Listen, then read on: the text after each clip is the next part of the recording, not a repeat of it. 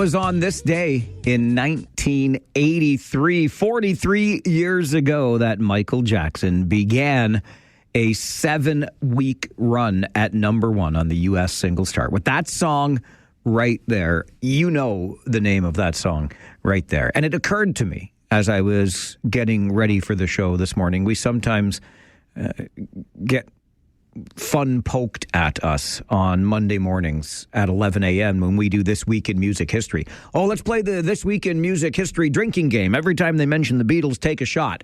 Well, of course, because the Beatles, arguably certainly one of the biggest acts to ever grace our ears musically. Michael Jackson's got to be right up there, right? As one of, if not the biggest musician to ever grace our ears.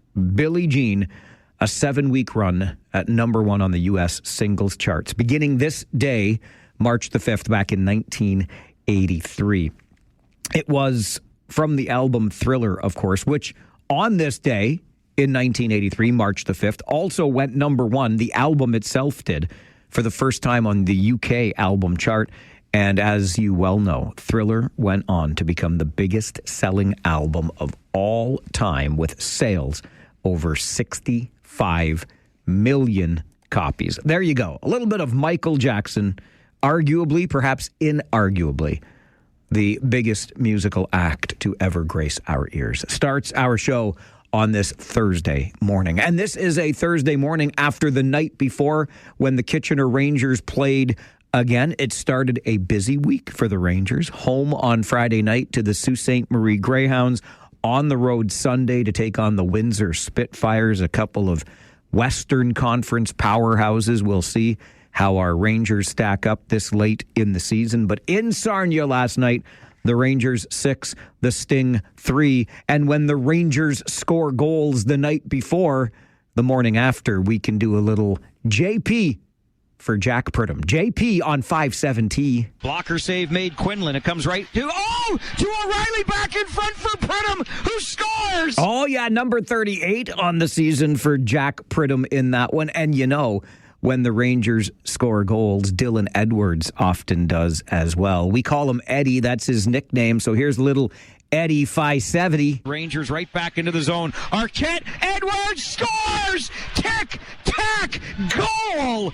What a play by the Rangers. O'Reilly in the mix again.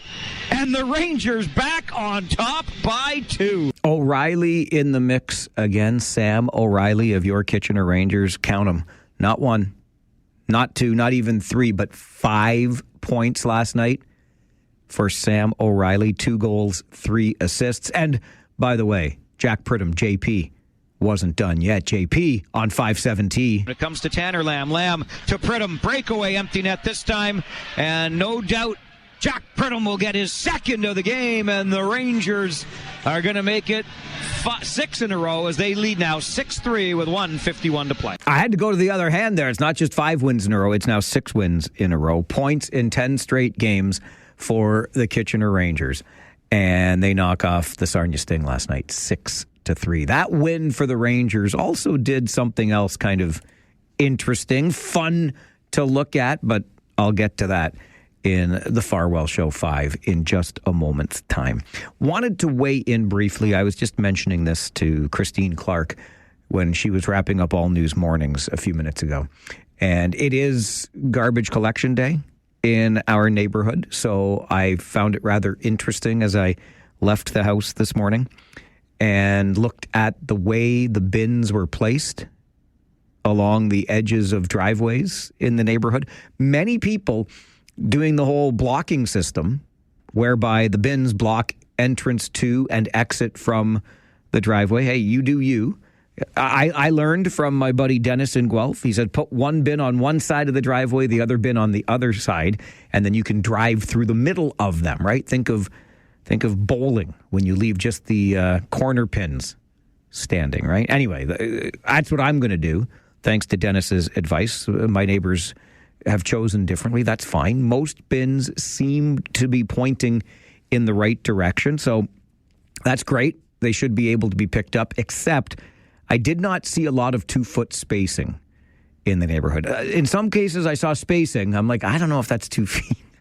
We shall see. And then there were a couple of driveways that had the bigger bins near the road and the blue bins in behind. And I don't even think it's a blue bin collection week in our neighborhood. So I don't know. There are going to be some disappointed people in our neighborhood, but I'm curious. By the time I get home mid this afternoon, will those bins be emptied?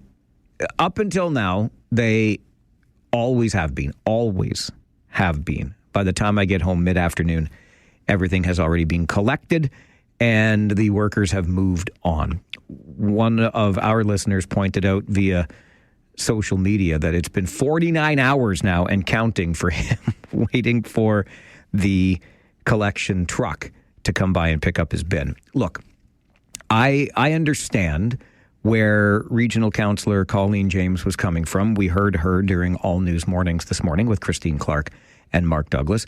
Be patient. We're going to figure this out. We're going to get there.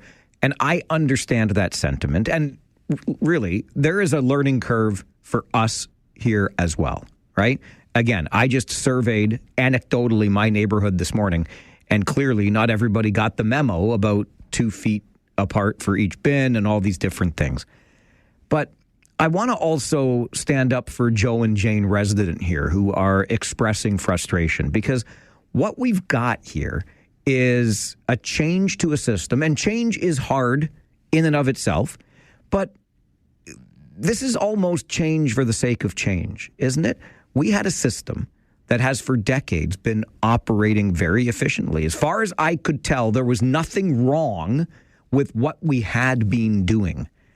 And now we've changed it, and it's not going well. And I know it's early days, but as I've said before, we're not the first community to do this. So I don't understand how we could not have learned more from those other communities already doing this, so we could have kind of hit the ground running in Waterloo Region. Like, why is it such an issue when this is being done in other communities? Did we not spend enough time practicing and or training? Do we have different trucks? I don't know, but I think it should be smoother than this. And quite frankly, if we're going to use automation, which I understand, automation in so many areas is beginning to replace humans, but should that automation not be faster and or more efficient? And I guess for one's physical well-being, this is more efficient because you're saving the wear and tear on somebody's body, stooping, bending, lifting, whatever, getting these bins into the back of a truck. But these mechanical arms, I mean, if it's taking 4 times the amount of time it took a human being to do that before, I think I'm being generous. This takes a long time for that mechanical arm to do its job. Way longer than it used to take for the human being to do that job. It seemed more efficient before. And I'll just remind our regional officials and any other municipal official tuning in this morning, when the community begins to sense that core services are not being delivered well, we got a problem. And let me tell you, I don't think I need to remind you the problems we have around here. You went and gummed up our water supply big time. So you've got people in the sustainable region of Waterloo saying, what in HE double hockey sticks have you done to our water system? We did not exactly have a banner year when it came to snow clearing and road and sidewalk maintenance. I know it was a tough winter, but let's just be honest about it. It wasn't a banner year for clearing in that regard. We've got concerns about potholes across the board, across the region. We'll be talking more about that just after 9:30 this morning.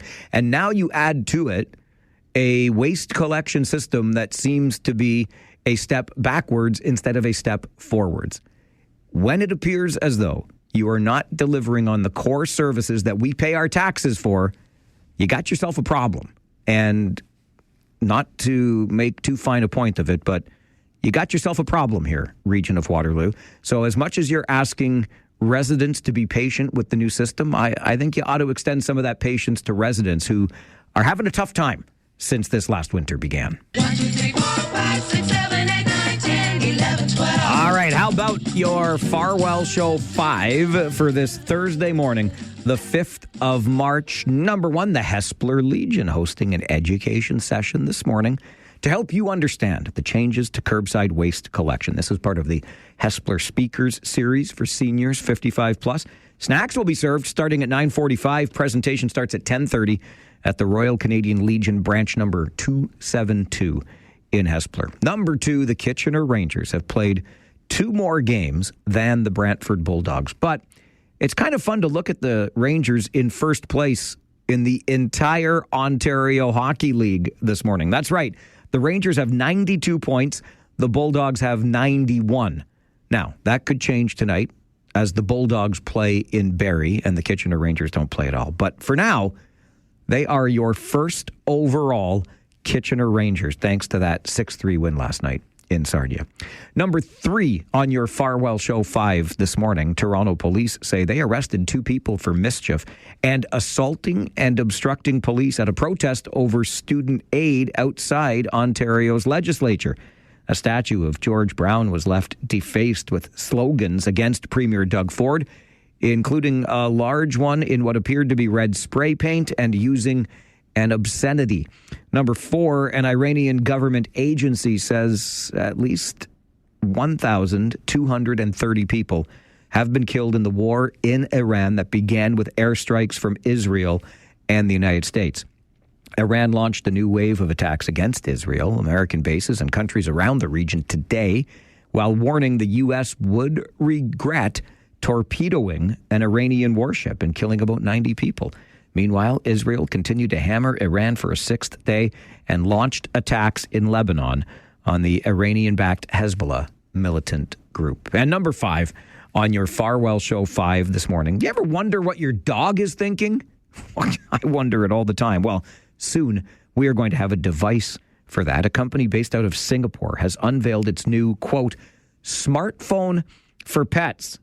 This was unveiled at a tech conference in Barcelona. The pet phone from uCloudlink actually enables 2-way calls between pets and owners.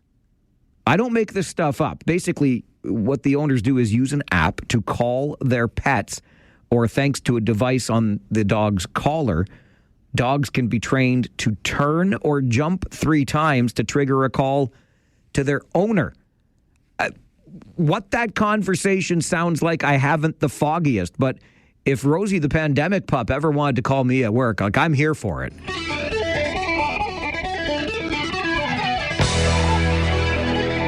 As God is my witness, I thought turkeys could fly. That is your Farwell Show 5 for this Thursday morning, the 5th of March. Speaking of Rosie the pandemic pup, she makes an appearance in a video that I posted to our show's Facebook page this morning, facebook.com/The Mike Farwell Show. You'll have to forgive me because I'm a little bit on the tired side today, a little bit on the groggy side. If you watch the video and stay through until the end, not only does Rosie make a cameo appearance, but you'll see the digital display on the clock when I got home last night from Sarnia, just a few hours before getting up to come back into work this morning. But Kyle called the show yesterday and he said, I'd love to see what a road trip looks like from your perspective. Like, take us on the road with you to Sarnia and let's see what life is like for a radio broadcaster in the OHL. So I just put some quick stuff together and slapped it up on our Facebook page, facebook.com/The Mike Farwell Show. So if you're interested in the glamour, the glory, and the lukewarm pizza that is a day in the life of an OHL broadcaster going to Sarnia, make sure you check out our Facebook page today. And yes, Rosie the pandemic pup will make a cameo appearance as I get home around 12:30 this morning and finished off the video from there. All right, we're going to take a quick time out. When we come back, it is your morning wake-up call. Either you can make it or I will. But I am curious as to your thoughts on Canada's participation, or should I say potential participation, in the war in Iran. Prime Minister Mark Carney has kind of softened his initial stance, not as supportive of U.S. action in Iran as he was in the immediate aftermath of that invasion. However, our Prime Minister is also not ruling out Canada's participation. You've said that Canada will not participate in U.S. military action in Iran. So can you definitively say that's going to remain the case, even if hostilities broaden, escalate, or are prolonged? You've asked a fundamental hypothetical in a conflict that can spread very broadly. Today's events, or recent events, point to that. So one can never categorically rule out participation. We will stand by our allies when it makes sense. There's a distinction between the offensive actions that were taken and are being taken by the United States and Israel, that were taken by them without consultation with Canada, with other allies, and we're not party to those actions. But we will always defend Canadians. We will always stand by and defend our allies when called upon. Taking a different stance is Prime Minister Mark Carney than one of his predecessors, Prime Minister Jean Chrétien, took when it came to Canada joining the United States in a military operation. Again, it's not imminent, but it's also not ruled out that Canada will participate militarily in this operation in the Middle East. What do you think of our potential involvement in that conflict, now with more than 1,200 people already killed? Your thoughts always welcome on this or another issue on the Mike Farwell Show. This is 570 News Radio and Rogers TV.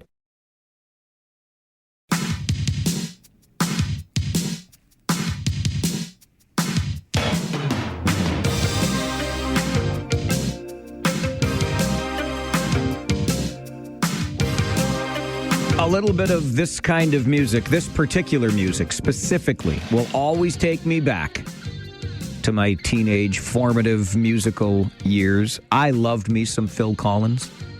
Don't lose that number. Came from the album No Jacket Required, which is what I told Josh Piercy, my broadcast partner with the Kitchener Rangers yesterday. I said, I'm going Phil Collins on this road trip.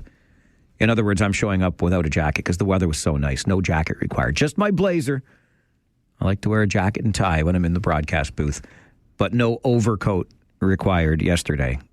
Channel a little bit of Phil Collins on that one. Speaking of the Rangers, Randy sends an email to Mike at 570news.com. Morning, Mike. I really love the new Kitchener Rangers in the AM on the AM. I also like the enthusiasm on the announcer calling the goals. Keep up the great work. That's from Randy Farwell's Force member number 20. I appreciate you a lot, Randy. I really do. I struggle a little bit.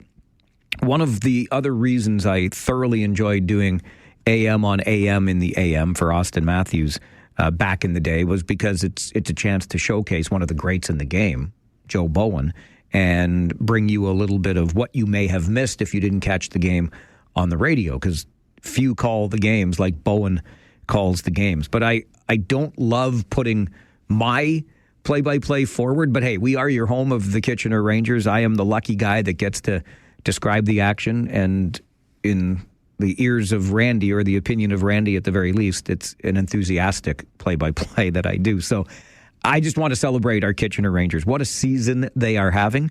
So a little JP for Jack Pridham on 570, or Eddie for Dylan Edwards. Eddie Ficetti, we call it, the morning after Rangers games, because those guys are tearing it up when it comes to goals scored in the Ontario Hockey League. Jack Pridham sitting second. He's 3 goals behind Brantford's Marek Van Acker for the league lead in goals this season. Van Acker on 42, Pridham now on 39.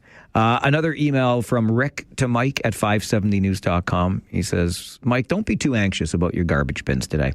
Our pickup day was yesterday. They still haven't been picked up. Well, see, but this is what makes me anxious, Rick, because I'm going to go home from work later today, and the ding-dang bin is probably still going to be sitting there at the ding-dang end of the ding-dang driveway, and I'm going to be like, well, now what? So I'll just keep driving around it, which isn't a huge hassle, but I don't want the bin sitting there eternally. I'm that guy, and my beloved gives me a hard time about it, but I'm that guy and have been for quite some time. You don't put you put the garbage out the night before, but like not before nightfall, even in the summertime where it's bright till like 9:30. That stuff's not going out till after 10. It goes out under cover of darkness. I don't like the front of the house looking that way, but maybe that's just me. A story from Bill Jackson in this morning's Waterloo Region Record points to the report that will be coming to Regional Council in the next little bit about our Charles Street bus terminal, the former bus terminal in downtown Kitchener. Specifically, the report will start at the Sustainability, Infrastructure and Development Committee of our region. But the takeaway from this, as reported by Bill in this morning's Waterloo Region Record, is that the recommendation in the report is that we phase the development of this fairly significant block of property in downtown Kitchener in multiple parts. And the first part of it is a recommendation that we explore opportunities to partner with a not-for-profit or a community-based organization to get this redevelopment underway. There was also a sense some time ago, earlier in the forecasting for this potential redevelopment, that there might be an opportunity to generate some revenue from the sale of the lands itself. But the region, at least those who put the report together, aren't exactly convinced of that right now. And there is also a level of market uncertainty and financial commitment that's increasingly difficult to achieve, or market certainty is difficult to achieve. So there is some, let's just call it a cautious approach to this. And look, I get it. You certainly would like to under-promise and over-deliver. But this is a really important piece of land in downtown Kitchener. And I've shared with you in the last couple of weeks a much bigger, bolder vision that I think could be achieved, not just where this former bus terminal currently sits, but on Charles Street, basically from Ontario Street right down to Francis Street, which would put it across the street from the former Lang Tannery, now the Communitech hub that's there, well, the Tannery buildings. But really, you've got a parking garage that could be utilized in some new development. You've got a couple of surface parking lots. You've got the old post office, which I think we could just do away with. I think there's a ton of opportunity there. And I recognize that these things come at a cost, and a significant cost. Like the price tag will probably make us gulp. But I'm a little bit worried that we haven't had much in the way of bold vision. We're playing things way too safe. Could be 1 million people. What kinds of things do we want to offer 1 million people in this community 25, 30 years from now? Because if we don't do something significant with this piece of land, I don't know, I just think it's becoming a boring place. But that's just me from where I'm sitting. An update from the 570 News Center coming up, and then let's talk potholes on the Mike Farwell Show. 570 News Radio and Rogers TV.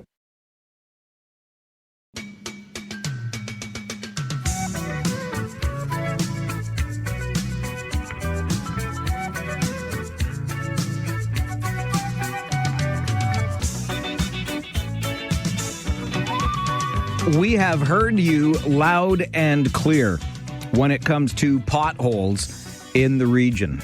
We shared, it started with a video that really gained a lot of traction on Instagram from a gentleman driving along Trussler Road who said that on a daily basis he's seeing usually multiple vehicles off to the side with blown tires because they got caught in those potholes. He was using his dashboard video camera, and then you could see him slalom around the potholes because he knew where they were. He drives it every day, and he didn't want to end up like those other vehicles pulled off to the side of the road that were not so fortunate. Now, worth pointing out, Trussler is a regional road, but all of the conversation around potholes is certainly being heard in the city of Kitchener. They brought it up at council earlier this week. We'll speak to the councillor who raised the issue in just a few minutes, but we're going to start with Scott Berry, who's the manager of maintenance in the Roads and Traffic Division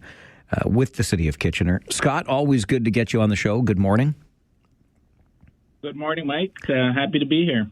Just as a starting point here, so folks understand, and as I understand it, you're basically coming off crews that were doing snow clearing and moving right into pothole patching and road maintenance, because these are the same crews that do the work, right? That's true. We have a pretty substantial 24/7 shift coverage. And, we're doing whatever the priority is that week. And we've come off a very tough winter.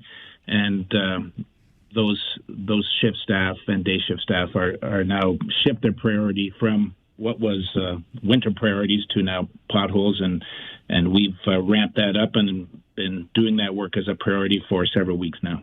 And as you get into this pothole season, if you will, we're accustomed to this annually with the freeze and the thaw, and now we're getting into the thaw.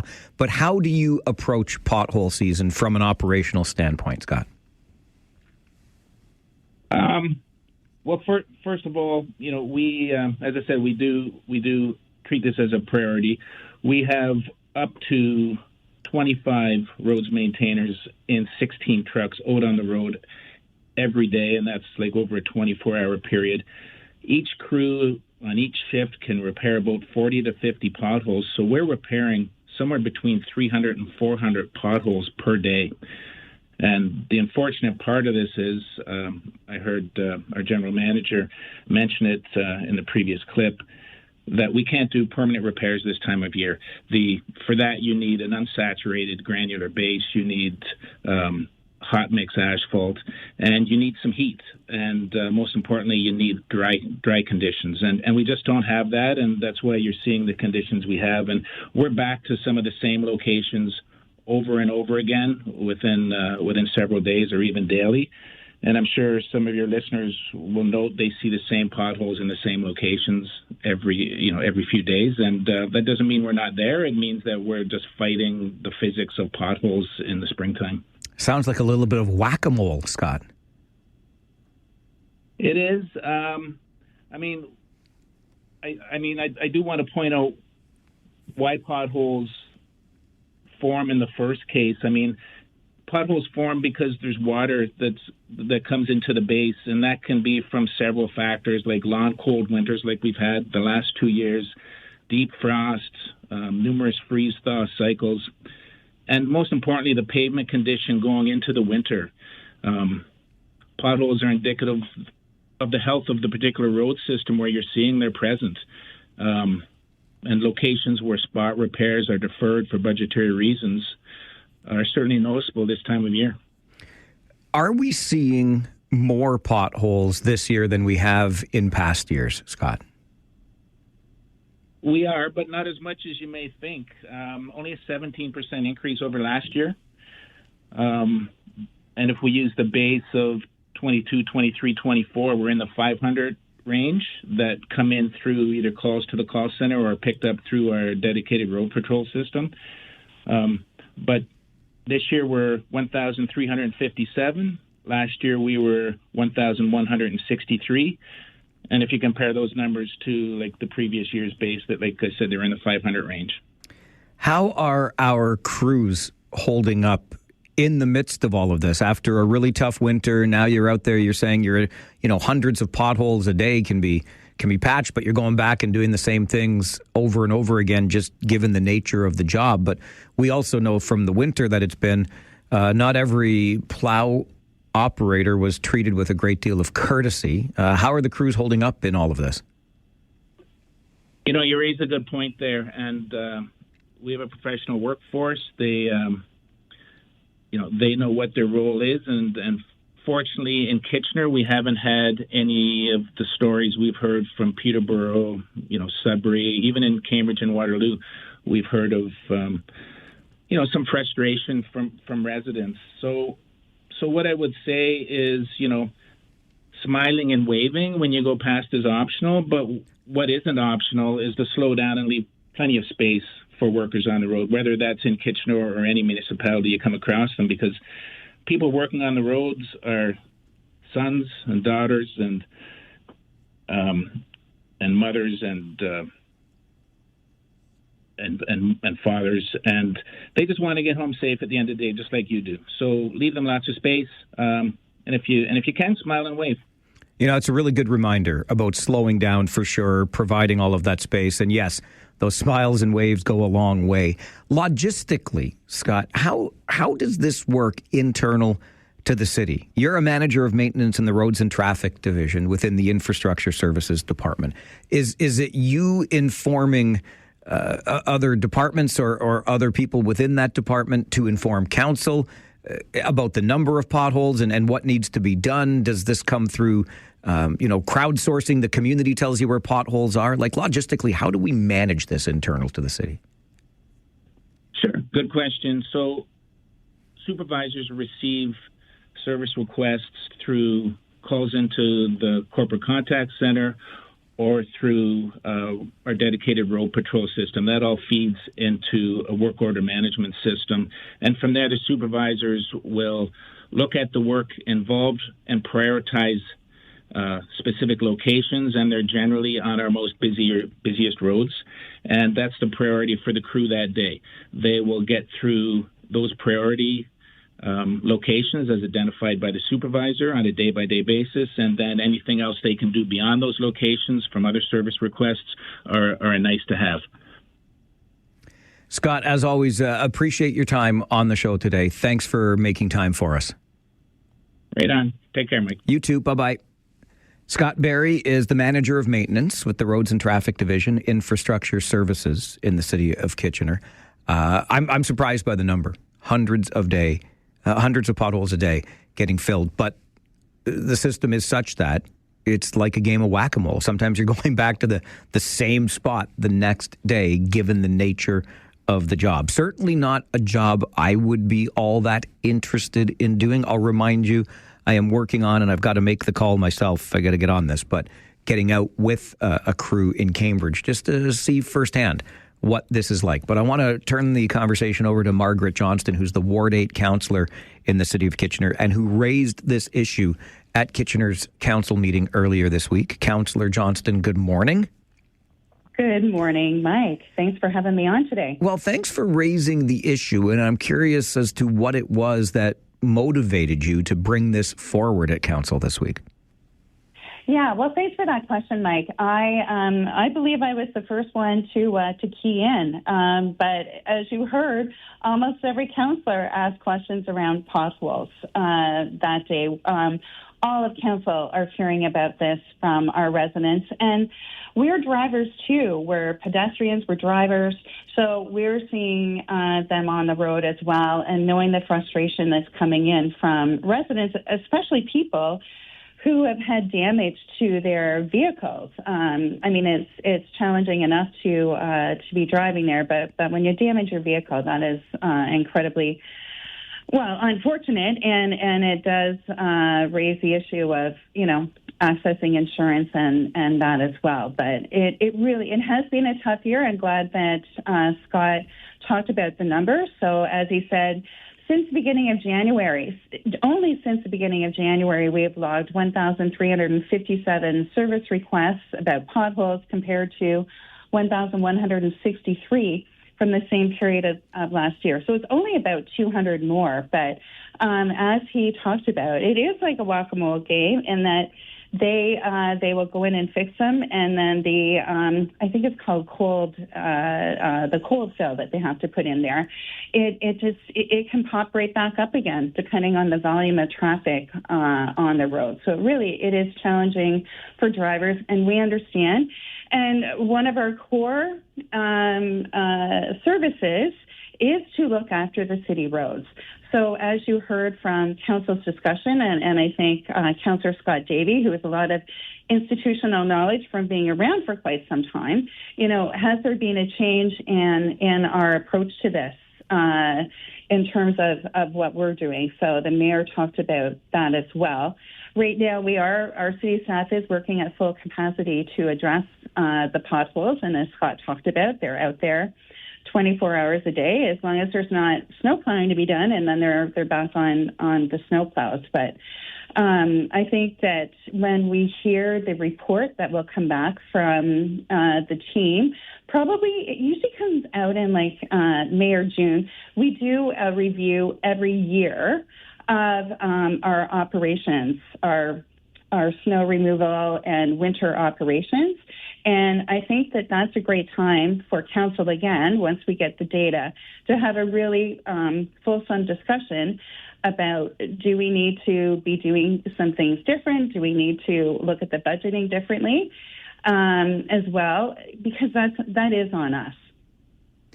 I'm glad you brought that point up, Marg. And Councillor Davies' question in particular really did strike me, because he wondered if there had been any change to the funding allocation for roads maintenance. And wouldn't you know, 7 to 8 years ago, there was a change. It wasn't described as a substantial change, but nonetheless, a reduction in that bucket in the budget. And I'm curious, sitting over here and as a resident of the city of Kitchener then, where that money was redirected and why. Because you talk about this being a core service, and I think folks are realizing, hey, we want this core service taken care of in the city.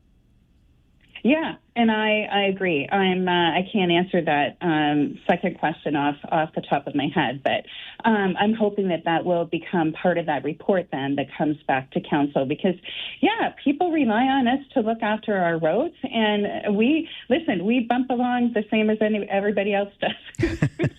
Who's using the roads, and we understand. So like I said, almost every councillor asked questions around the horseshoe about this, and we need to make sure our staff, and I'm going to say this once again, and I say this all the time, our staff has been doing an amazing job. This has been an incredibly difficult and challenging winter for that same staff who are, like I said, they're on the snow plows, and then they're out doing the potholes. They have had a challenging winter, so they're doing their best. We need to make sure that we're also equipping them with our best so that they can be taking on these challenges as they have been.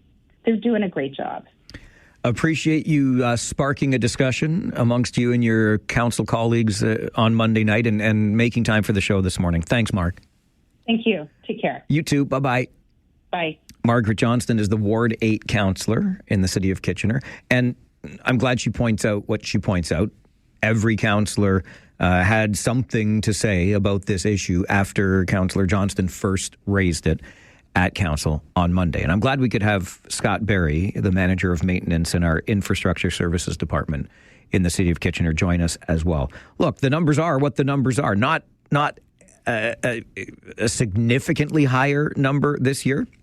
Only about 200, just under 200 more service requests related to potholes this year compared to the same period last year, starting from the beginning of January. So nothing tremendously out of the ordinary there. But what I want to drill in on, and I brought this up when we started talking about this a week or so ago. Kitchener Mayor Barry Verbanovic brought up at the meeting earlier this week as well, and he used inordinate to describe the number of requests requests for repair that have come in through the insurance pool at the city of Kitchener. So people saying, hey, my vehicle has been damaged by a pothole. I want cost recovery from the city. And Mayor Verbanovic has visibility on the number of these requests that have been made from us. Hey, my vehicle was damaged when I was driving on this road because of this pothole. The city owes me for this. And so that gets assessed, and whatever the outcome is, the outcome is. But Mayor Verbanovic pointed out, look, we can pay for this up front, i.e. we can invest the money in making sure the potholes are not a problem, or we can pay by potentially losing these claims that are being made to our insurance pool. Which brings me back around to this idea of the core services that a municipality is expected to deliver, right? If we're not putting enough into roads, which we all understand, and Councillor Johnston just pointed out, is a core service for a municipality to deliver, where are we putting the money? I've got no quarrel, zero, with the people driving the plows and patching the potholes. I don't want their job. Thank you. I'm so grateful to them for doing it. I couldn't imagine what their days are like. But why are we then not equipping them with, I don't know, enough people power, enough equipment power? I'm curious about this. If we are not delivering on core services, why aren't we?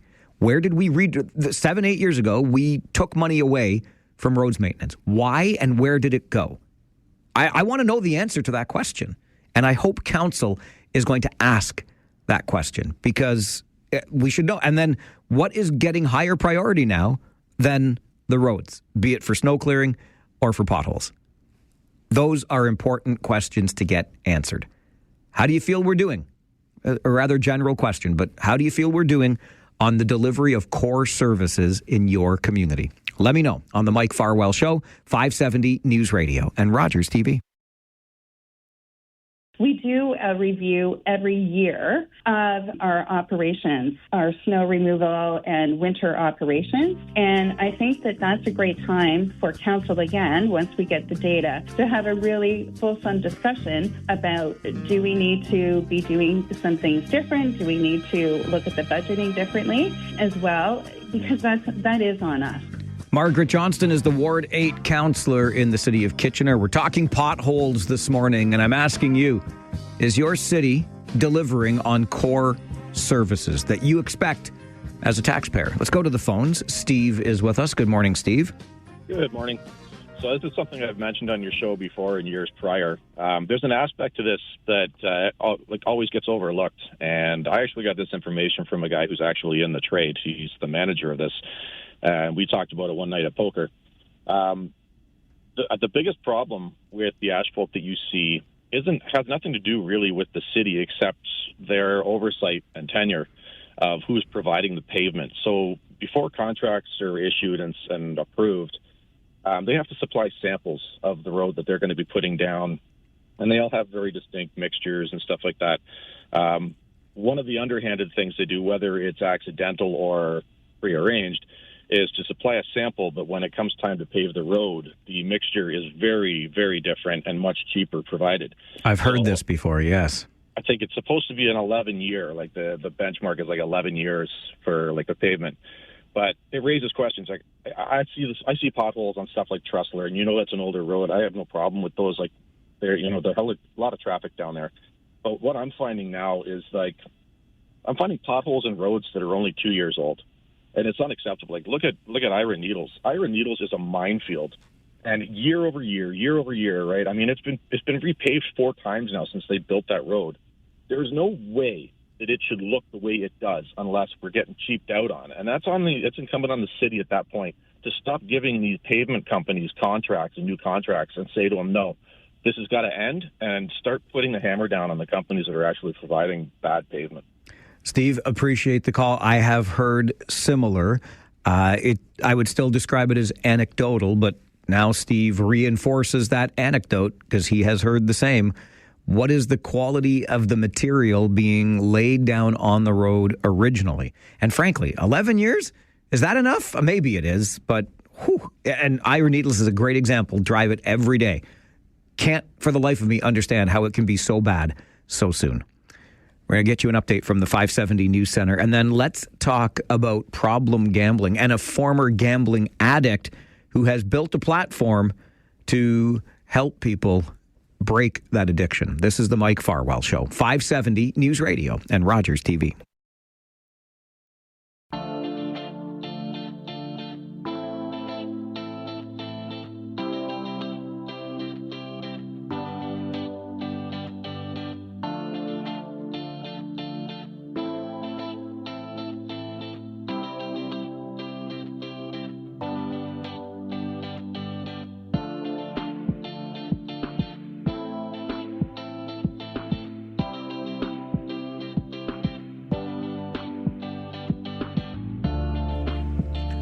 You may have heard the statistics shared earlier this week that the number of young men in this province reaching out for support for their gambling-related problems has increased by more than 300% since our provincial government allowed for private online gambling. It is a concerning number, to say the very least, and we're joined this morning to talk more about it with Connor Laffey, who is the founder of Game of Streaks. Connor, good morning. Good morning, Mike. You can hear me? I can hear you just fine, thank you, sir. Let's start with Game of Streaks. I've found it online, love it. What's it all about? Perfect, thanks for asking. Thank you for having me on as well. So Game of Streaks is a free-to-play anti-gambling sports prediction platform. So it was designed to be anti-gambling. In essence, we have resources, even though it's completely free to sign up, free to play. We have helplines. We have kind of a disclaimer at the top of the website, kind of boasting that we're anti-gambling. We encourage no risk wagering because, like you were saying in the intro, it's becoming an epidemic. University kids are starting so early. I've even heard, horror stories about parents in high school signing up, their kids for real money, sports books. So it's just out of control. So I kind of woke up one day invigorated and wanted to create a safe alternative. And that's Game of Streak. So really quickly, it's you make one pick at a time. The goal is to build the longest consecutive win streak over the course of a month. If you lose at any point, you just reset at zero. It's not like you're losing money. And that's our whole kind of, mission. It sounds like, Connor, it may also be educational insofar as you'll probably learn pretty quickly how difficult it is to sustain a long streak. Exactly. It practices, patience, diligence. You can do a little bit of research. So there's still elements of, fun and strategy. But yeah, again, no aftermath of like financial ruin or, mental health ruin, hiding things from your partner or your parents in terms of money. So yeah, it's a fun game, and the beautiful thing about it is it occupies the time throughout the course of the day, meaning, our first games are usually at 12 p.m., then 3 p.m., then 7 p.m., then 10 p.m. So think about it. If you're a gambler, our tool allows for you to kind of occupy your mind throughout the course of a full entire day, right? I think therapy and counseling and Gamblers Anonymous are amazing tools, but I wanted to create a viable kind of solution to occupy, somebody's mind every day, all the time, as kind of a substitute/alternative. And I'm hoping one day it's a true viable solution. You know what of you speak, Connor, when it comes to this particular issue. What is it that motivated you to create Game of Streaks? Great question. I was going to get there. So I'll be overly transparent. I suffered from a relatively severe gambling addiction in university and a few years after. And I've been kind of following along with what Ontario, did in 2022. It's a little egregious. If you don't mind, I'll go off on a bit of a rant. It's very disappointing, not only the every second commercial being a gambling advertisement, but I did my research. So when Ontario kind of formed iGaming, and they're in partnership with the Alcohol and Gambling Commission of Ontario, they had 18 operators ready at the fire. So that's a staggeringly high number of operators when you think, the Score, which is Toronto-based, you think BetMGM, FanDuel, DraftKings. To have 18 operators at launch is a little, high in my estimation. And then fast forward to now, we're looking at 50 operators. And I'll explain what all this means. But essentially, if you go to a land-based casino and you have kind of a moment of clarity, maybe after a loss, you could go to one of the offices in the land-based casino. And once you self-exclude yourself, you're barred from any, land-based casino in Ontario. The issue with what iGaming and Alcohol and Gaming Commission of Ontario have done is they have 50 operators. So if somebody wants to self-exclude from one of them, let's say they realize they have a gambling addiction, they could still sign up for the other 49. So it's just it's ridiculous in my worldview, because I've been down pretty bad in terms of the mental strain that gambling can have. So it's just really upsetting to see they've made it so accessible and they're pushing it in people's faces a little too aggressively. You mentioned, Connor, that you dealt with what you described as a fairly severe gambling addiction. What was that addiction like for you? What behaviors did it cause? Yeah, I mean, it's a good question. It caused me to, procrastinate on my studies. So this is, university days. I got in pretty young, which is tragic, and it's a lot harder to kick when you get in at a young age.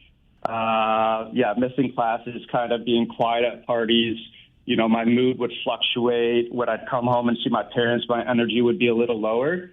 So it really does take over your life. And, I'd be, throughout the course of the day looking at making a sports bet, right? So it's just so time consuming and taxing on the mental Yeah, it's not worth it. And if anyone listening has a problem, try to resolve it now, because it is a battle to quit. Do you remember your first bet? I do. Want me to tell you? Please.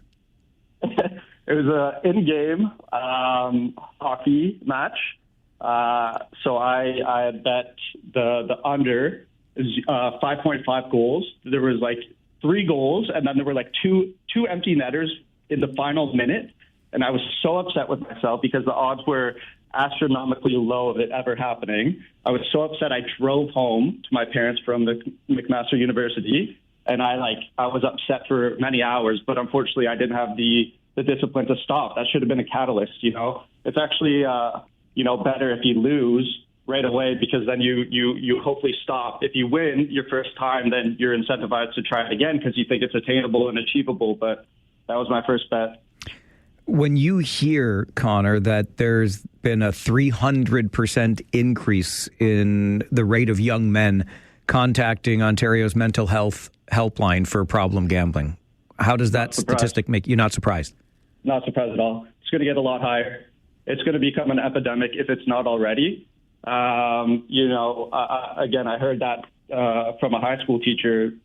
She's concerned because a lot of these grade 10, 11s, they're getting their parents to sign up on their behalf, which is just so dangerous, and they're getting pressure from their kids because, other parents are doing it. So it's a downward spiral. And again, if somebody's watching a Leaf game, they see about 20 ads for gambling sites, right? So how do you say no when you're watching the game and you're young and, your brain hasn't fully developed? So it's very alarming. But yeah, I'm glad that they're reaching out for help and somebody to talk to. But yeah, I think that number is going to go up, sadly, unless we do something and kind of push back.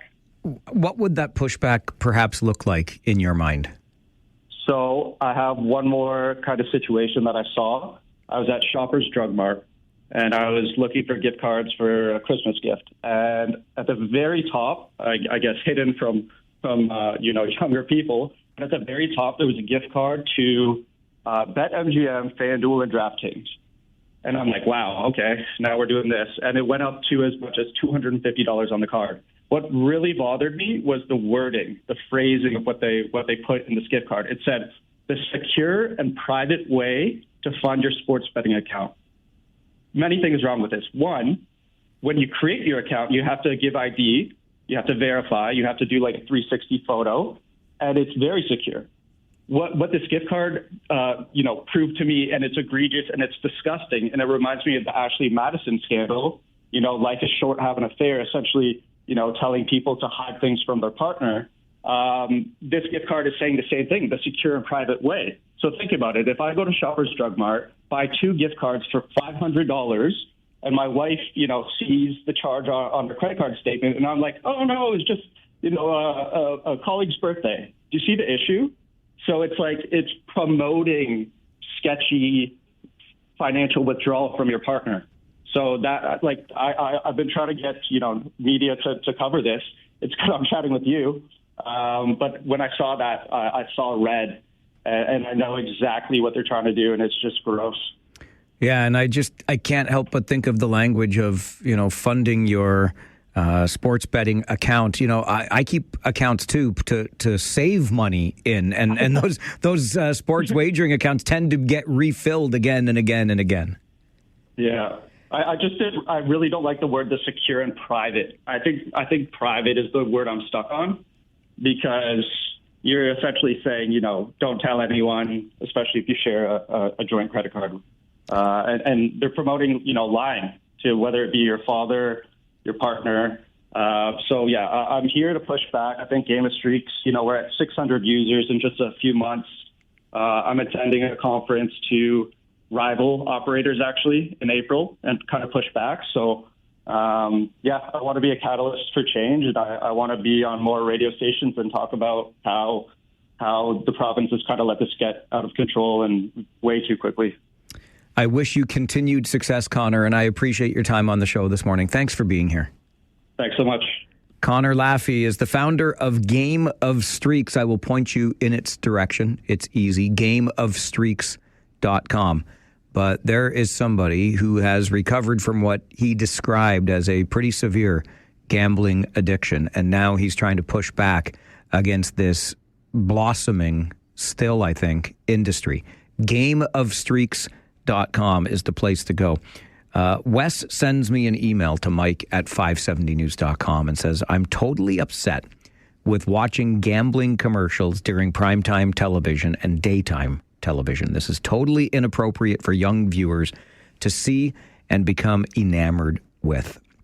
Can we not have legislation that prohibits these commercials to air only after 9 p.m. and let's say until 5 a.m. the next day, where children will not see them? We banned cigarette commercials, and alcohol commercials cannot show anyone actually drinking. Can we not regulate gambling commercials in the same way? We cannot be teaching our youth that gambling is an acceptable retirement plan for their future. That comes from Wes, Farwell's Force member number 315, to my email, mike@570news.com. There has been some pushback. I know a senator, a Canadian senator locally, Marty Deakin, is working on such legislation, attempting to get some sort of controls around gambling advertisements, because it is tough. I mean, we've even had the conversation of just removing the celebrity, particularly the sports celebrity factor, from the commercials themselves. Because, you know, when Connor McDavid is talking about using this wagering account or that wagering account, you know, it can be a little bit more appealing, especially if you're a young person who is a big fan of that particular athlete. I have a hard time with all of this, even as somebody who has long enjoyed, and I do mean long enjoyed, wagering, be it sports or otherwise. I like to play cards. I've never been shy about entering a casino. And my sport, I remember, I don't know, it was my first bet. I don't think it was. But I was in grade 4. I remember it vividly because of what happened. I was walking around the schoolyard with my big mouth. Shocker, me and the big mouth have been around that long. And I was betting anybody who was willing to take my bet that the Philadelphia Eagles were going to win the Super Bowl over the the Oakland Raiders at the time. And I bet $2 with 4 different people for a total of $8. You have to put this in perspective. I'm 10 years old, right? I'm in grade 4. I had just started my paper route, but $8 was a lot of money to me. I didn't have it just lying around, but I wasn't going to lose. Well, of course, I lost. The Raiders crushed the Eagles that year, and by halftime, the game was so out of hand, I knew I was in trouble. My parents noticed that I was not my usual self, and I had to fess up before the end of the game that night that I had bet $8, and I did not know how I was going to pay my schoolmates the next day because I lost the bet. So my dad gave me $8. And of course, there were strict rules around that. I would be paying back. And he said, don't you ever again bet money that you cannot afford to lose. And I kid you not, from that moment forward, my wagering has just been entertainment. It's been for fun. I like to lay the occasional wager. I like to play the occasional hand of blackjack. And that's it. But that's been something that has worked for me with that lesson instilled in me by my father all those years ago. It clearly doesn't work that way for everybody. A 300% increase in Ontario youth reporting gambling-related problems. GameOfStreaks.com is a start. Do we need to add more? Ban some advertising? What else can or should we do, if anything? After all, it's still ultimately your choice if you want to lay a wager, right? This is the Mike Farwell Show on 570 News Radio and Rogers TV. It's a downward spiral. And again, you know, if somebody's watching a Leaf game, they see about 20 ads for gambling sites, right? So how do you say no when you're watching the game and you're young and your brain hasn't fully developed? So it's very alarming. But yeah, I'm glad that they're reaching out for help and somebody to talk to. But yeah, I think that number is going to go up, sadly, unless we do something and kind of push back. Good thing the Leafs suck and nobody watches Leafs games anymore, right? I kid, and I shouldn't around a very serious subject. That's Connor Laffey, a recovered gambling addict who has founded Game of Streaks. It's all about anti-gambling, gameofstreaks.com. Connor joins us to talk about the new statistics that you have probably heard by now, a 300% increase in the number of young Ontario men seeking help for gambling-related problems. In fairness, we also have to recognize that it's a relatively new phenomenon in this province, gambling, and the widespread nature of it. So any increase is going to sound alarming because there were probably very few before and more now. So 300% may sound a little bit more alarming than the actual number, but bottom line is, and I fully agree, there is cause for concern here. Let's go to the phones. Jerry, good morning. Good morning, Mike. I bet you 300%. I mean, that's likely the tip of the iceberg. And, like some other people have said, it's frustrating. You go to watch a hockey game or even the World Series and enjoy it with the family, and it's just commercial after commercial. And just remind people how much money these commercials cost to air. So that tells you how much money they're making and how profitable it can be. But to go back in today with technology, it's not like you had to get into your vehicle and go to a casino. Because some people would, if you're addicted, you're addicted. But now it's on your phone. Like during the commercial break, Mike, just hypothetically, you could place a bet on tonight's hockey game. Sure could. Yeah, that's a good point. So it's at your fingertips 24 hours a day, 7 days a week, 365. And now they've got all these little parlays. You could do this, do this. It's not just win or lose. There's infinite numbers of things you could bet on. So it's just exploded. And the government should get involved. I don't know if they will because it's too profitable for them too. You look at all the stuff the sin tax they call it, but they make too much money, and in my opinion, they're setting traps for vulnerable people to fall into and to profit from. Yeah, you know what, Jerry? I think that's really well put. Vulnerable people, will fall into those traps. How about a little bit of a palate cleanser with your daily reminder that not everybody is a jackwagon? I'd like to introduce you to Joe Richardson. He's a man from Philadelphia that did some time, and he decided when he got out he needed to do something more purposeful with his life. So he started a mobile laundromat.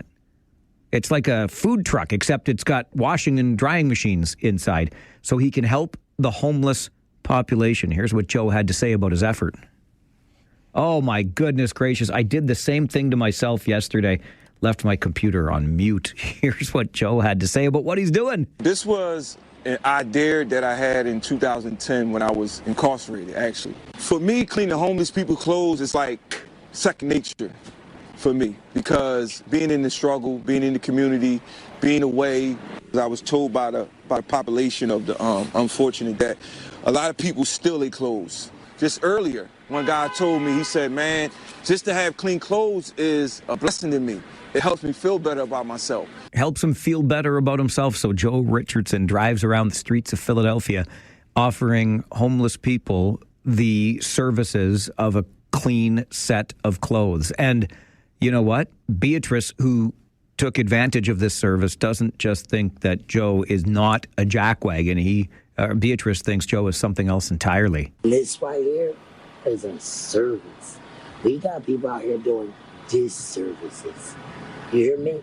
This man is a superhero. Not only is Joe not a jackwagon, he is a superhero, according to Beatrice. If you know somebody who's not a jackwagon, drop me an email anytime. Mike@570news.com. We'll share their stories every day around 10:20 here on the show. It's the Mike Farwell Show, 570 News Radio and Rogers TV.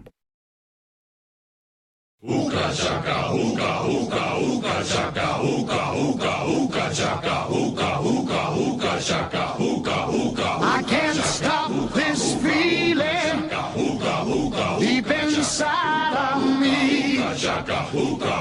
Girl, you just don't realize what you do to me. When you hold me in your arms so tight, you let me know everything's alright. I'm hooked on a feeling. I know that you know what that music means and who is about to grace us with his presence. And I just want you to know, I get emails. I get emails about this guy. In fact, I have one of those emails that came in just this morning because it turns out that this guy is going to be the guest speaker at an upcoming meeting of the Rotary Club of Kitchener-Westmount. He doesn't just join us Thursday mornings after the 10:30 news for Living Retired on the radio. He writes the Living Retired humor column, which you can find online at livingretired.press. And while you're there, what I would recommend is you just sign up to have the column delivered directly into your inbox like I did. And you get a little chuckle in your inbox because who doesn't need more chuckling?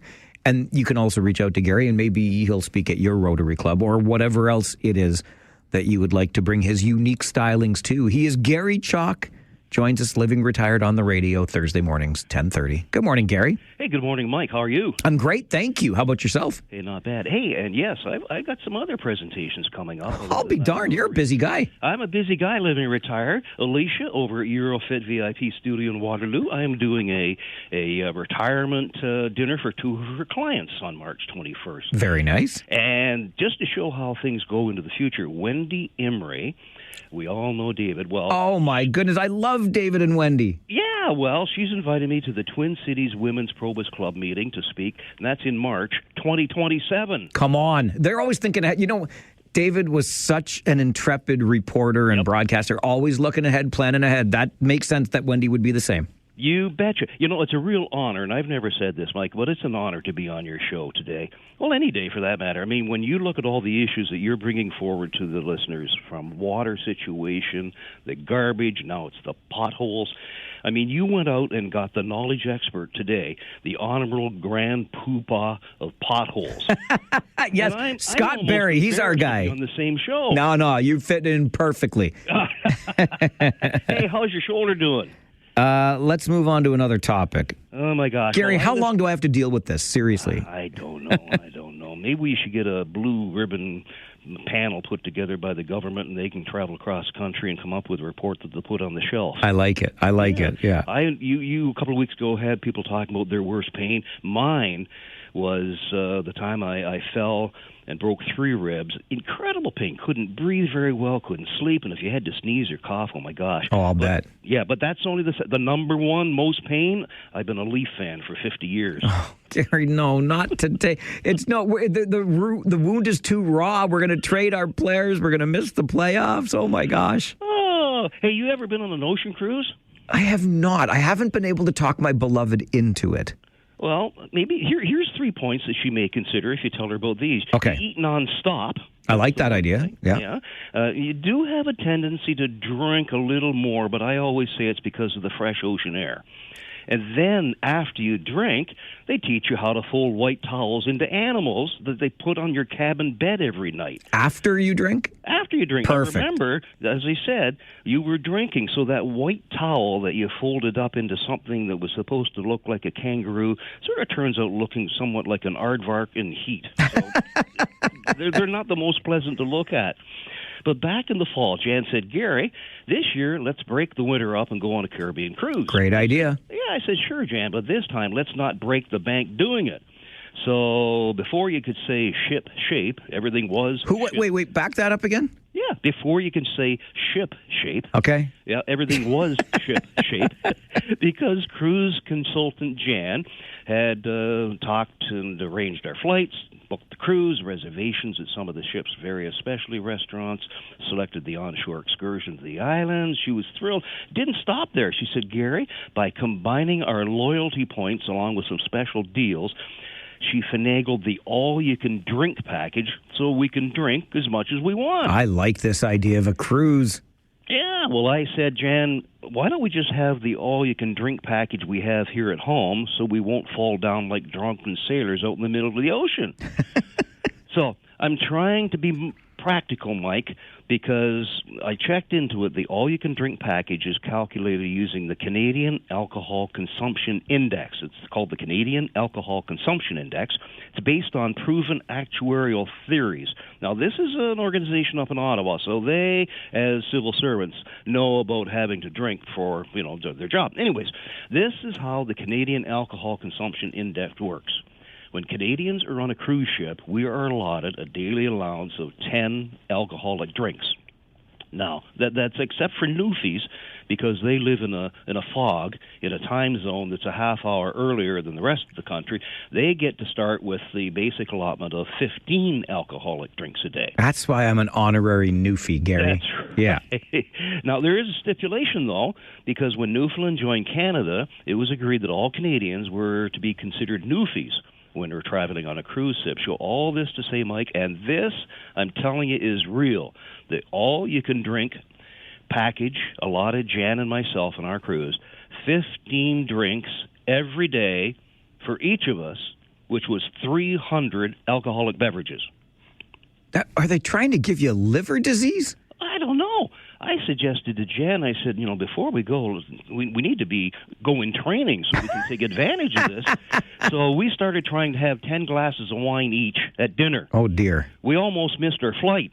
I'm not surprised by this. Yeah, well, when we were on the all-you-can-drink package cruise, in between going to the bathroom, we met some interesting people. And I think 3 were sober. And at the B.B. King's Blues Bar one night, I got chatting with a fella. He said he was from Saskatoon, Saskatchewan.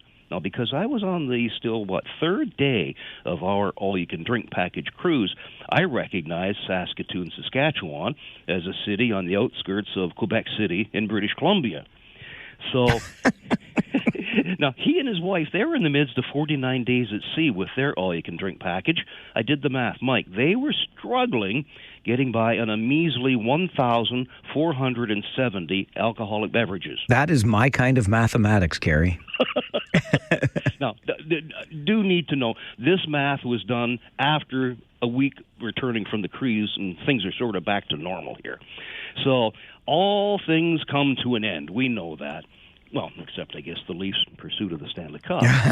But vacationers need to return home, and Canadians returning home to our fine land, we have some problems, because international law dictates that all Canadians returning to Canada must present their valid Canadian passport and a photo ID. Now, the photo ID, you can use a driver's license, or if you're a newfie, your fishing license will do. But here's the problem. The authorities who oversee issuing the Canadian passport, they prohibit us, from smiling when we have our passport photograph taken. Did you know that? Oh, yes, of course. Yeah. So this explains why Canadians opt to have our official passport photograph taken during the winter months, because we aren't smiling anyways. So right, Gary. You are so right. Yeah. And out in Saskatchewan, in Saskatoon, their smiling season's the second Saturday in July. That's the only one they get. That's it. That's right. Now or forget it for another year. So, Mike, you know me and what I look like. You see me, and I think that I'm pretty close, similar looking to Brad Pitt. Oh, yeah, especially when you wear your on-trend shirt, Gary. That's it. Yeah. Exactly. So, the photograph of me and my Canadian passport, I look more like Mom's Mabley. It's not a pretty picture, Mike. So then, when you re-enter the country from your all-you-can-drink package, the authorities, they have to match your passport photograph to the citizen who's standing, who's slouched over before them. But don't worry, because now with AI, artificial technology, it comes to the rescue. When you return to Canada after your all-you-can-drink 300 alcoholic beverages, the benefit of artificial intelligence kicks in. Now, it's new, it's evolving, still needs some work, particularly for cruise passengers coming back from their all-you-can-drink package. I can only imagine what face you are presenting to those border agents. Gary Chalk joins us every Thursday morning at 10:30. Living Retired is his humor column. He brings it to life with Living Retired on the radio. Don't forget to look it up, livingretired.press, right after this quick break. Would you recreate your first date with your wife? I would for sure. We'll talk about it as we continue Living Retired on the radio on the Mike Farwell Show, 570 News Radio and Rogers TV. Every Thursday morning at this time, we take an excellent humor column called Living Retired, and we bring it to life with Living Retired on the radio. Gary Chalk is the author of the column. He joins us for these weekly conversations, and you can find the column online and get in touch with Gary because maybe you want to invite him to speak at your service club or retirement party or any other corporate event. livingretired.press is the place to go. Make sure you sign up to have the column delivered to your inbox every week as well. Gary, do you really want to recreate your first date with the lovely Jan? Well, let me just back it up here. Sure. March, it's a busy month in the Chalk household, and lots of special occasions. There's my birthday, there's also our anniversary, and also, because it's March, there are 5 Monday mornings where I have to scour the neighborhood looking for my garbage pails so they can haul them back into the garage. So it's a busy month. It is that's a lot for a living retired guy. Yeah, well, exactly. So with the anniversary in March, and because I have a memory of a living retired man, Jan began to remind me about our anniversary when she put away the Christmas decorator pillows. And she said, Gary, this year, let's book a special dinner at a restaurant that features haute cuisine. I like it. Yeah, it'll be a nice way to enjoy a thoughtfully prepared and artistic presented meal. So she sort of had me at haute cuisine because I think that's where the chef hovers over top your plate and he's got his nose hair tweezers. He's arranging flower petals on your pork chop. And I don't know whether we can even afford to go a place that charges by the crouton. But anyways, well, that's about it. So every anniversary, I purchase a just right card, I call it, for Jan. It's got mushy words, but they're sappy words that you could never dream up, and that's why I have to buy the card. And I've learned Bass Pro doesn't have them. Oh, no, yeah, probably not. No. So I'm ashamed to admit it, Mike. Once I took a fine-tipped pen, I carefully changed the price written on the back of the card. It said $5.99. I put a 1 in. It became $15.99. Attaboy, Gary. Yeah, You're a smart guy. I am, but I gave the card to Jan. You can always count on her reading the inscription and then saying, Gary, that is so thoughtful. But you don't mean it, do you? So I turned the card over so she knows how much I spent on, in her words I don't mean. Right. Then I went to, this is honest truth, I just did it this morning. It's the anniversary day. I went to a floral shop and bought a fresh bouquet. A bouquet is a French word meaning overpriced petals that will wilt and fall off during your dessert. And Jan got up this morning. She thanked me for the flowers and said, Gary, you're so thoughtful, but you didn't have to buy me them. I'm telling you, Mike, this is code. If you ever forget, you won't be able to find the television remote for the entire March Madness. I'm just telling you. So true. You've got such good advice for us. That's right. So it's one of those special anniversaries this year. So I happened to mention to a friend last week that this is a special anniversary. And he had an idea. He said, Gary, why don't you give Jan a gift that she will remember forever? And I thought, and I said, well, I did that once. She unwrapped the gift box, held the pink lingerie up, and said, you expect me to wear this? Well, then my friend said, well, okay, how about this? He said, why don't you recreate the first date you and your wife went on? Do you remember your first date? Oh, sure. Wow. It was a nice summer's day on a patio with beer. I'd do it again anytime, Gary. Well, so obviously you would reenact your first date. Sure. Well, if I were to reenact our first date, it happened like this. We were both in grade 12. I called Jan, which meant I was hidden in the closet near the front door with the phone at my parents' house. And she kept saying, I can't hear you. What are you saying? So anyway, she accepted my date, and the first night for the date arrived, I slicked Score hair cream through my hair.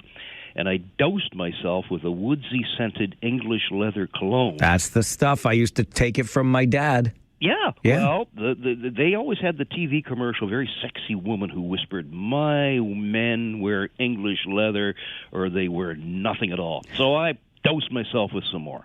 Got my dad's Ford Fairlane 500, drove to Jan's parents' house. I stood inside the door. I'm reeking of this leather musk cedar birch scent. It was like I'd been fighting a forest fire and forgot to shower. Jan's father shook my hand. Her mother stared at me, sniffed, and started sneezing. Uh-oh. Uh-oh. It's not good to be allergic to mom. No. Exactly. Or for mom to be allergic to you, yeah. Exactly. So we went to a show, and at the theater, it got off to an even worse start.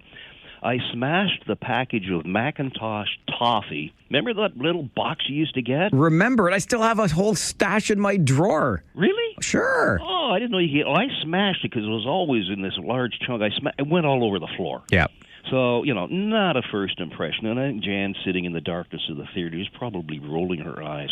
Anyways, we're sitting together, and I'm waiting where I'm going with this, Mike. I had to just find that right time, the opportunity. You got to stretch. Nerve-wracking. Yeah. But eventually, it took forever. I stretched my left arm way up into the air. I think I was on my fourth stretch with that left arm up in the air. Guy behind me says, "Look, if you're going to put your arm around your girlfriend, just do it." So my arm finally, it was awkward, but it found its way around Jan's shoulder. And at that point, I held my breath. She smiled, and she leaned into my shoulder. And I thought, mission accomplished. Well done, sir. Yep, my arm was in the coveted first date arm position. Any teenage guy knows about it. That was the good news. The bad news, Mike? Your arm fell asleep. Yes. I couldn't muster the courage to move my arm. It was around there. I wasn't going to move it. So it was sheer movie madness what took place. My arm, it sort of draped around her shoulder.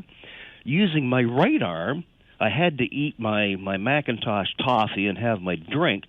So I sort of did that all with one arm, and somehow I even managed to finagle my right hand over deep down into my left pants pocket to make sure I hadn't lost the keys to my dad's car. So this is all going on, and the movie, it's a long movie, and it's probably an hour later. I am aching. I'm in significant pain, and the arm is cemented to Jan's shoulder, and all of a sudden, it got about halfway through the movie. I'm biting my tongue in tears, and she said, "Gary, you're such a sweet, sensitive person crying through the movie, but the sad part hasn't happened yet." You were crying in anticipation of the sad part. That was it. Yeah. So, as you say, arm fell asleep, and I'm biting my tongue, and it was probably, I'm thinking, the worst ever numb arm recorded in the New England Journal of Medicine. That's just the start. As we walked out of the theater, Jan reached to hold my limp hand. Well, it's like a wet noodle. I couldn't feel anything, and I'm sure she thought, she's holding a half-filled baggie of lukewarm water. And all I could think of was, what if I can't hold the steering wheel of my dad's car? The first date car crash. That's what would happen. That's right. Now, can you turn to your date and say, "Would you please drive home in my dad's car"? No, you can't do that, Gary. You can't do that. You got to suck it up and get it done, Buttercup. Well, I'm telling you, so I'm walking, my arm is dribbling along. It's just like this wet noodle. And so bottom line, should I reenact our first date? No. Yeah, Jan agreed. You're safer bet this way, Gary. I love it. Thanks for being here again today.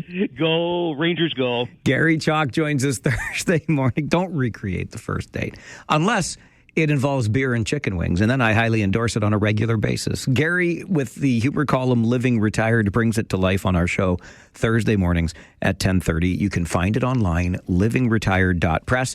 And while you're there, livingretired.press, you can find the form to sign up to have the column delivered to your inbox every week, which is great because you always need another chuckle, or maybe you want to book Gary like the Probus Club has for next March already, or the Kitchener-Westmount Rotary Club has for an upcoming event, a retirement party, a corporate event, whatever it is. Livingretired.press. We do Living Retired on the radio with Gary Chalk every Thursday morning at 10:30. It is a regular part of our show. On the first Thursday of every month, which this is, a regular part of our show is a Throwback Thursday with the City of Waterloo Museum. The Junos are coming up. Let's take a look back at the history of music in Waterloo. That's coming up with a Throwback Thursday on the Mike Farwell Show. 570 News Radio and Rogers TV.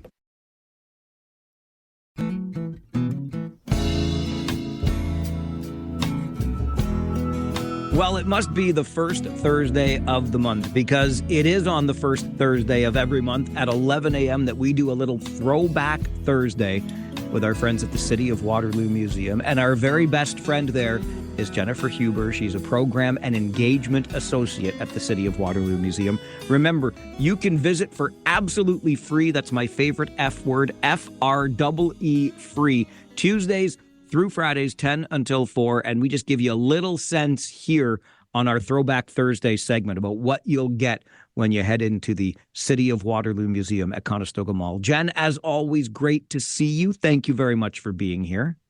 Thank you so much for having me. I'm excited to take a step back in time as we uncover fascinating stories from our city's past. And today, I'm feeling a little bit musical. I don't know about you. Do you have any musical abilities? Abilities? No. I mean, I can criticize and or tell you what I like, but abilities, Jen, I could not carry a tune if it had handles. However, I am a huge fan, and when you sent me the little notes for this month's show, I got to thinking about something that I have said often, and that is how much musical talent there is in this community and how rich our history really is when it comes to the music scene and the performers. So I can't wait to learn more about the depths of Waterloo's musical roots. Like, let's go. What am I going to learn today? Yes, well, we're getting ready to celebrate Canadian musical talent with the Junos just later on this month, and they're happening down the road in Hamilton. So that got me a little excited to look back at Waterloo's musical past and some of the history that happened here. And our roots, like you mentioned, are wildly deep. And it starts with our Indigenous communities here. Since they have been on this land for time and millennia, they've used music, like drumming, dancing, and singing on this land for generations. They've used it to celebrate their culture, to share beliefs, and to share stories, part of ceremonial observances, so many different ways. And the drum is the one I want to hone in on a little bit. Because according to teachings from elders, the drum is one of those sacred and important instruments. If you think of that sound of the drum beating, many of the teachings, that sound of the drum beating is the heartbeat of a nation and the heartbeat of Mother Earth. And these ceremonial drums are only cared for and touched by their keepers, for example, and they're used in so many different celebrations, from leading traditional songs and dances to being part of gatherings, even part of traveling. So you can see our musical history from this land dates way, way back. Phil Collins was one of my favorites when I was a kid, obviously very well known for his drumming. And I've had the opportunity to sit in the occasional drum circle with some Indigenous elders over the years, which really has been a privilege. So from those roots that you talk about, Jen, how does the arrival then of European settlers impact music in our area? Well, for the Indigenous communities, it has a huge impact, and a very kind of negative impact. It becomes a suppression of culture, and that includes the musical culture that goes along with it. So thinking of things like the Indian Act and deeper colonization like residential schools and reserves, we really see that musical capabilities and that musical connection being forced underground. But in the 1960s, we see a reclaiming of that culture starting to occur. Things like powwow are returning to public life. And in Waterloo, we're really lucky. We have 2 powwows every year, one that happens in Waterloo Park, and the second one is actually coming up on March 21st at Conestoga College. So we still have a very vibrant community of Indigenous, Métis, Inuit, and First Nations musicians who carry on that ancestral beat. So it is quite a powerful story, but with that introduction of settlers, we do see a shift in the music because they bring their traditions and their musical styles with them. Interesting. So what kind of music are these early settlers introducing to Waterloo? Well, I've tested your musical abilities, and you said no, thank you. How's your German? Okay. I'm in my right place now. I can say 3 things for you. 1, Dummkopf. That's what my parents called me often when I was a kid. I'm not sure what it means, but I'm sure it meant they loved me. 2, Volkswagen, and 3, Lager, as in I'll have another lager, please. Okay, well, let me give you a 4th word. Okay. We'll really expand today, okay? All right. Sangerfest. Sangerfest. Sangerfest. Yes. Okay. That is what these early settlers are bringing to the community. Now, Sangerfest, literally in German, is singing festival. So you can kind of figure out what it is pretty quickly from there. But what these were large scale, and I mean large scale singing festivals. We have bands and choirs and soloists all coming out to do these huge performances. And Waterloo hosts their very first Sangerfest in 1874. 1874, the German Singing Festival. Okay. Behind every great movement, though, Jen, there is usually a visionary leader. Maybe this is where Volkswagen comes in. I'm not sure. In this case, who was it and what did they do? I don't think we're making it to Volkswagen just yet. But I would like to introduce you to Heinrich Augustus Zellner. He was born in Germany. And actually, what I thought was interesting is he is a trained chemist and pharmacist. That was his profession before he immigrates here to Canada and eventually settling in Waterloo region. He comes here in the 1860s. And from there, he starts to create Canada's oldest recorded German singing group. In 1864 is when it's formed. From there, he starts to collect singing organizations and groups and gathering them together. And he is part of drafting the very first foundation and constitution for these German festivals. So they were called the German Canadian Sangerbund was the name of the group that he formed together. And they were meant to go around and create these singing festivals. Now, he wasn't classically trained himself. He was somebody who's maybe quick learner and quick at picking up music, something neither you or I were gifted with, but that's okay. And from there, he kind of spreads the German music festivals and he starts to create many different choirs in our area. Okay, so we're back in the mid to late 1860s here. Where are these festivals being held and how did that impact both Kitchener and Waterloo? You're absolutely right. These were huge festivals. And where are you going to put thousands, literally thousands of people in Little Kitchener and Little Waterloo, as it were? Well, what they did was they put up large canvas tents. They had oil lamps and colorful lanterns that they would decorate inside there. And how we know this is there's some early drawings of these Sanger festivals. And it looks like there are thousands of people watching these great big stages where people are performing on there. As I mentioned, the singers, the large bands up there. And King Street was decorated beautifully. If you can picture King Street with greenery draping down the sides of the buildings, they had flags and banners all over. And they even built temporary arches to go over top of King Street. And these arches were sponsored by local businesses. So one of the great pictures we have is some of our insurance companies. And if you've heard me talk before, you know insurance always appears in Waterloo. So we have things like Ontario Mutual Life Assurance Company, Waterloo Mutual Fire Assurance Company. Today we'll know that as Sun Life, Dominion Life Assurance Company, today Manual Life. So all of these companies and stuff are organizing and rallying really around these big festivals. And yes, it takes a lot of people to put these on. Any guesses as to how many people were part of their various committees? Oh my goodness. I'm going to say altogether 400. That's a good guess. And I would have thought that was a high guess until I read some of their notes inside their programs that they had. But they said that there was around 1,000 people in our local communities involved in putting this together. Oh my gosh. Can you imagine being the person organizing this? No, I'm surprised they even got it figured out if with that many people trying to, help, quote unquote. Well, they had groups like the reception committee who welcomed people when they came off the trains. They had the railway committee that was part of organizing the trains, printing, entertainment, and the list goes on and on. Because people came from Europe, they came from the United States. So we do really see this is quite a big deal for our little, what was then Berlin, but now we know it as Kitchener and Waterloo hosting. So interesting, going back almost about 200 years now to these festivals and these Sanger fests that no longer exist today. So something had to happen to them along the way. And I know also that there was a local woman who played a role in this too. So we'll get into that part of the conversation as we prepare you for the upcoming Juno Awards and look back at the musical history of Waterloo. It's our monthly Throwback Thursday, first Thursday of every month with Jennifer Huber, Program and Engagement Associate with the City of Waterloo Museum. Stay with us as we continue. The Mike Farwell Show on 570 News Radio and Rogers TV.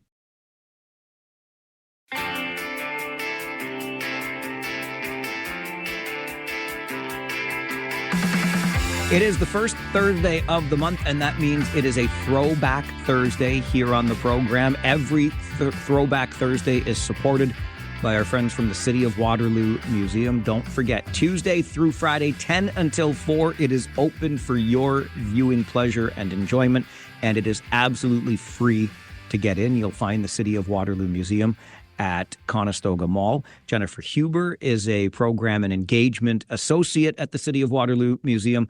And Jen, we were talking about our musical history here in the region, particularly City of Waterloo and into Kitchener, these big Sanger fests that were going on as the European influences, particularly German, got involved in all of this. What happened at a Sanger fest? That's a great question. So these were multi-day festivals, usually 3 days over the long weekend that would happen. And typically they happened inside August. And these were large concert bands. So you can imagine all the different instruments coming in off the train and being carted around uptown Waterloo. We had many different choir performers and choir groups coming in to do singing. And we had soloists. So all of this musical talent is filling our community.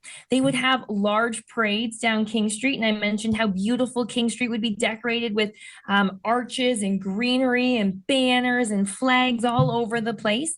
And they would have thousands and thousands of people gathering to watch these musicians parade through town. They had huge banquet meals that you would come and gather and feast together at. There was picnics in places like Waterloo Park. And what surprised me, they even included sports. So there was an evening baseball game if you chose to participate. So you could sing by day and play baseball, catch fly balls by night. There you go. A little something to keep you busy. And now these festivals were mostly dominated by male performers. So typically you had male singing choirs and groups like that, but not all of them. And there was one local woman who appears in the program and then later on stage. Okay. So, I mean, I guess it would make sense back in the 1860s, right? Dominated by men. Fine. But who is this trailblazing woman, Jen, that made it into the program? So her name is Anna Bean, and she comes from a well-known Waterloo family. Her father was a former mayor, David Bean. He was heavily involved in the community in many different councils and organizations and groups. But one of the main things folks knew him for at the time was he was part of the Waterloo Chronicle. So he was the owner of the newspaper. Now, that's not to say that Anna didn't earn this in her own right to be on the program here. She was always particularly musically talented. You see her performing all over our community in churches and bazaars and different halls around town. She is so talented that she actually goes into Toronto where she trains at the conservatory, and she is quite successful there. And she comes back to Kitchener-Waterloo and continues to teach music right here in our own community. Now, she was known for her piano skills. And in the 1902 program, she is one of the featured soloists. And if that isn't impressive enough that she is only one of 3 women who appears in this entire 3-day program of promotion, she even has a large picture of herself that appears inside the program. So she is quite highlighted within the community. And even after the Sanger Fest, she goes on to continue teaching, to be well known in our community, performing all over the place and playing for our community. And one of the things I loved is she actually helped to create new methods for teaching how to play piano and music to young children. So she was part of developing new techniques. And it sounds like she was quite successful because a number of her students went on to graduate from the Toronto Conservatory after her. You know, it's so interesting. We have to put this in context. It doesn't sound so out of place today. There was a lady in my neighborhood growing up, Mrs. Dick, who taught piano. We would go to her place and it just, I mean, you wouldn't think twice about it. But back in the early 1900s, late 1800s, a woman doing this sort of thing, I said trailblazer before, and this is absolutely an accomplishment for a woman at that time. Absolutely. Okay, so I'm thinking now, like, you've really got my attention here. I love music. I love summertime. These festivals happened in August. I love sports, including baseball. So I could sing, I could play ball. I mean, if my German ancestors were involved, there had to be a stein or two of beer, perhaps. So music, summer, baseball, maybe some beer. Jen, we don't see Sanger fests anymore. What could have possibly, why would we not still be doing these things? What happened?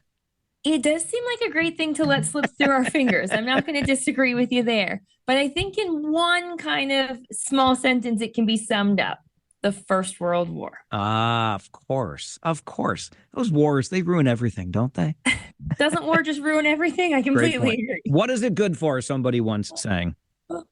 But you're absolutely right. It really is that First World War that becomes that turning piece in our community. And now Waterloo, when they had these Sanger festivals, they were German singing festivals. They had lots of songs about German nationalism and the pride in German culture. And that's not to say that those who were living in Berlin and Waterloo at that time were, very connected to mainland Germany. In fact, many of them were second and third generation Germans and didn't still have close connections to Germany. But nonetheless, that German language piece starts to be something they want to separate themselves from and pull that identity away from. So we see some German singing festivals kind of continuing, but much smaller, much quieter, much on a much lower scale. And they don't want to kind of harken back to that German nationalism. They're looking to form a new identity with it. So it becomes this very awkward balance. And we do still see them carry on a little bit past the First World War,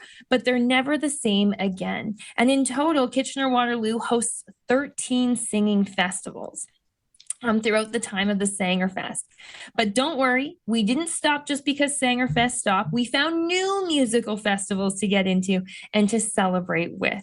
So do you want to hear a little bit about some of them? Would love to. Well, we do have the Waterloo Musical Society, which forms in the 1880s. And in the 1920s, they bring in this new bandmaster. His name is Professor Thiel, and he is quite incredibly talented as a big bandmaster. He starts to get notoriety around the world, and Waterloo starts to host what they call band tattoos. And some folks might remember those happening in Waterloo Park. Lots of people would come for those celebrations and to hear the music and the large bands performing over there. Things like Sounds of Summer, folks remember that in Waterloo Park in the 80s and 90s, where we had some big names like Glass Tiger, for example, stopping by Waterloo Park to do some performances. And even today, Jazz Fest, the Uptown Waterloo Jazz Fest continues on. So lots of music still kind of surrounding our area and carrying on. So I don't know what you think, but is there something in the water here? Well, there must be. I mean, listen, I was bemoaning the fact that we don't do Sangerfest anymore, but you're right. These successors to what was Sangerfest 100 plus years ago, we're not doing too bad. I enjoy me some Uptown Waterloo Jazz. I did enjoy those Sounds of Summer concerts back in the day at Waterloo Park as well. So definitely, as we always say around here, right? Something is in the water. Always has been. Yep, absolutely. And now we are even more ready for the Junos later this month. Absolutely. Jen, you're the best. You always hit a home run with these things. Thanks for stopping by and sharing your knowledge with us. Awesome. Thank you so much to everybody for taking a trip down memory lane with the City of Waterloo Museum. As you mentioned, you can visit us in person at Conestoga Mall or online. You can explore some of our local history resources there. But until next time, keep the past alive. That is Jennifer Huber, Program and Engagement Associate with the City of Waterloo Museum. Jen joins us on the first Thursday of every month at 11 a.m. for a Throwback Thursday segment. And I've always said a rich history of music in this community. I know we often think about, blues and rock and roll and all of the great bands and the great venues for those bands to play, but we can go back decades and decades and decades more to find even deeper roots of music in this community. All right, it's almost time for your 11:30 update in the 570 News Center. And then Thursday mornings after that update, we do a little something called the Flipside, have a little bit of fun, share some stories. And I got a story for you. I cannot believe how far a buddy of mine went to try and recover his AirPods. Don't even get me started with these goofy AirPods. Like, they were designed to get lost, right? But he was so determined to get them back. He made it an international effort. I'll tell you what he did, and then maybe you've got a similar story. How far have you gone to retrieve something that you lost? Our story's coming up on the Mike Farwell Show. The Flipside is next on 570 News Radio and Rogers TV. The question I have for you today on the Flipside is simple. How far have you gone to retrieve something that you lost? Or perhaps in this case, left behind. But I think you might have ultimately lost it. You went back and you searched and you couldn't find it. Or maybe your story has a happy ending. The story of my buddy does not have such a happy ending. But when I found out what he was doing, I was so surprised. I said, you know this is going to end up on the show, right? He said, yeah, no problem. Go ahead. Put it out there. So here we go. And maybe this says more about me than anything else, that I'm willing to just say, yeah, I'm going to suck up that financial loss and move on with my life. And you know me, I am as parsimonious as the day is long.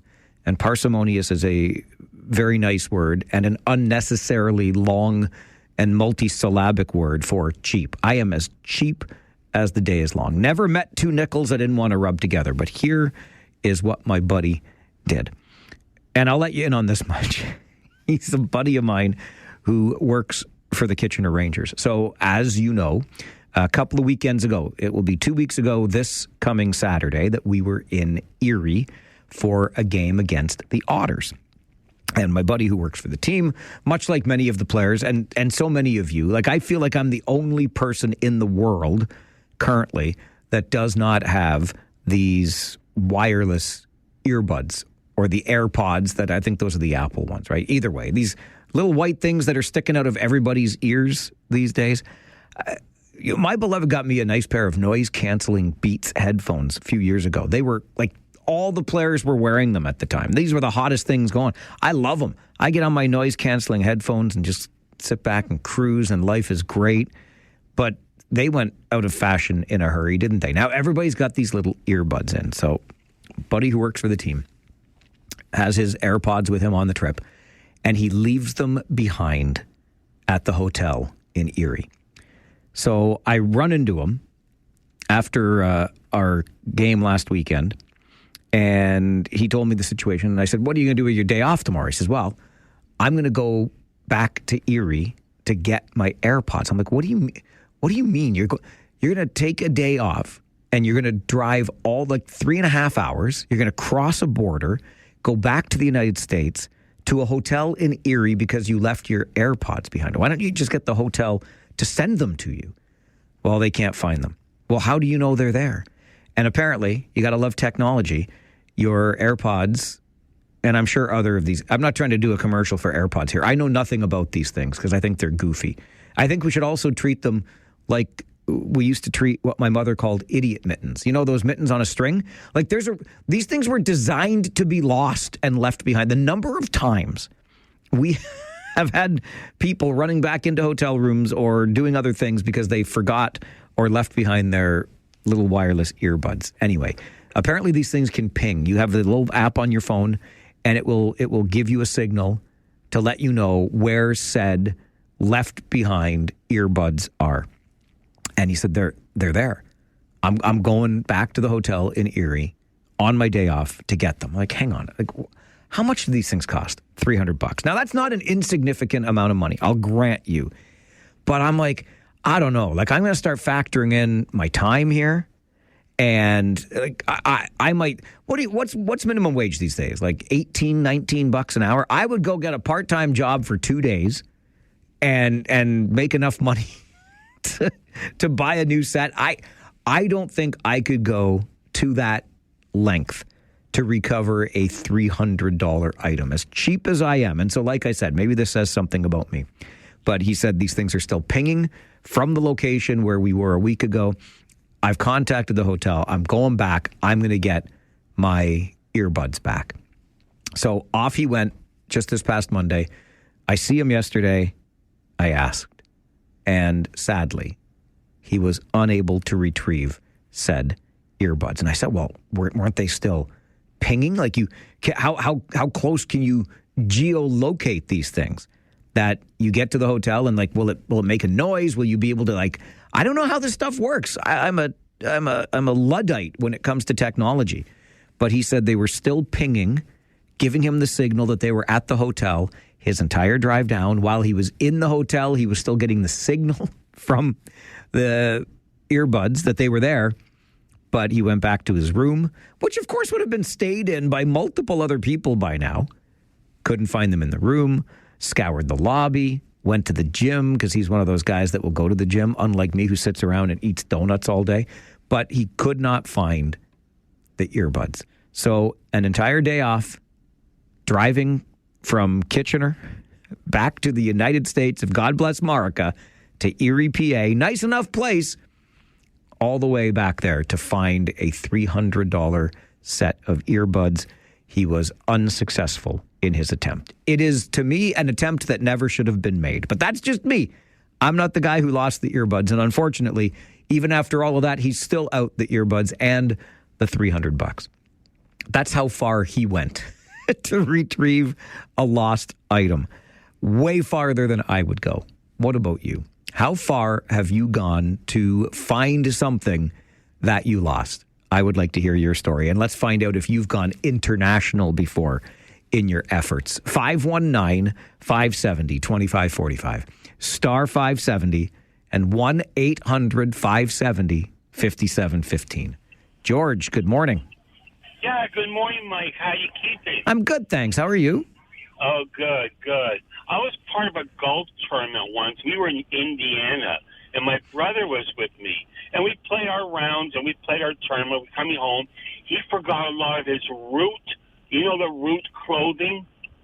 Oh, like the Roots brand Canadian clothing. Yeah. Root, he had a bunch of Roots clothing he forgot behind.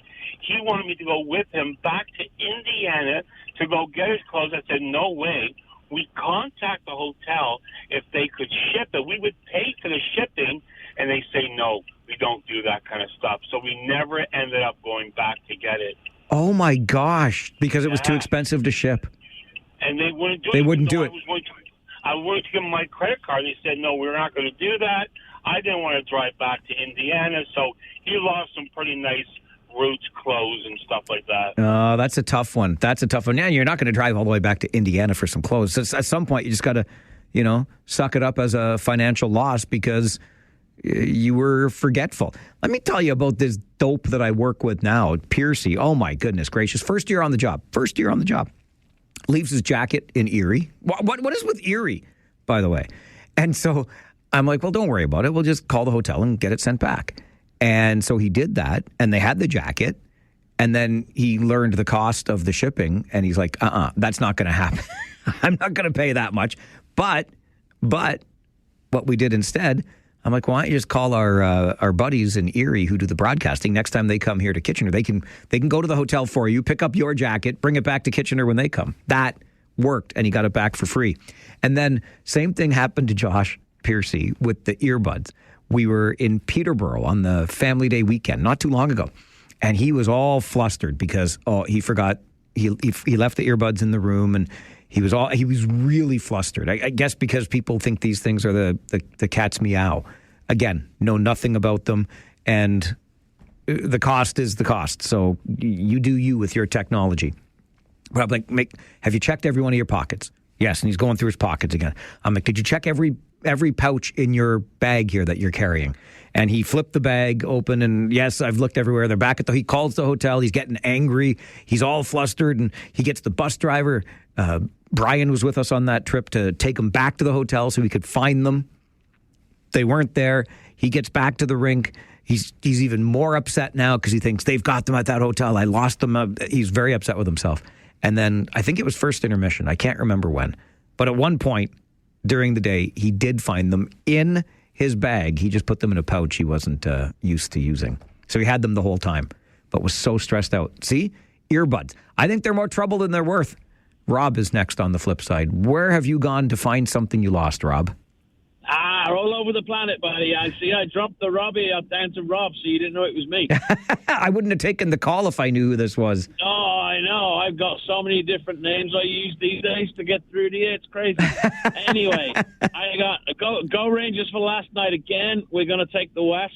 I got two for you. I'll keep them brief like I normally do. I went to, first time I came to Canada in 89, I flew down to Pittsburgh to see somebody, a friend of mine that I've been writing to for years. We took a train to Chicago to see her boyfriend at the time, and we're doing the tour around Chicago on the L train, and I got off, like, where's my camera? Oh, no, tourist, dumbass, excuse my French.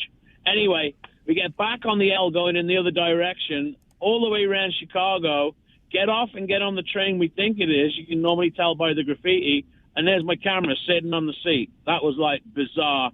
The second one was I took my beautiful bride to a big music festival in England in 2018. They were doing a limited edition silkscreen poster, and my thing, as you know, is posters. So I bought this poster, and then we're flying back from Manchester to Toronto, and bless her, she's in a wheelchair, so I'm pushing her. I got all the bags, etc., etc. I got this tube with this poster in it. Don't want to get all the way. I get halfway across the Atlantic on a plane and realize that I don't have the poster. Anyway, so I'm calling Manchester Airport, calling. I got a buddy who lives in Manchester. Long story short, they find the thing in the airport. They think it's a bomb. Thankfully, they do not blow it up. I had to email my buddy's information to them, and then he drove from his pub in Manchester to the airport, lost and found, got it. 3 months later, I get it in the mail. So, yeah, I'm kind of... that's why I don't buy lottery tickets. What with that and meeting the wife, I think I've won everything I'm going to win. Good man, Robbie. Good man. I'll talk to you tomorrow. Look forward to it. Take care. Dumbass. That's what you are, buddy. You said it yourself. You admitted it. John is next on the flip side. Good morning, John.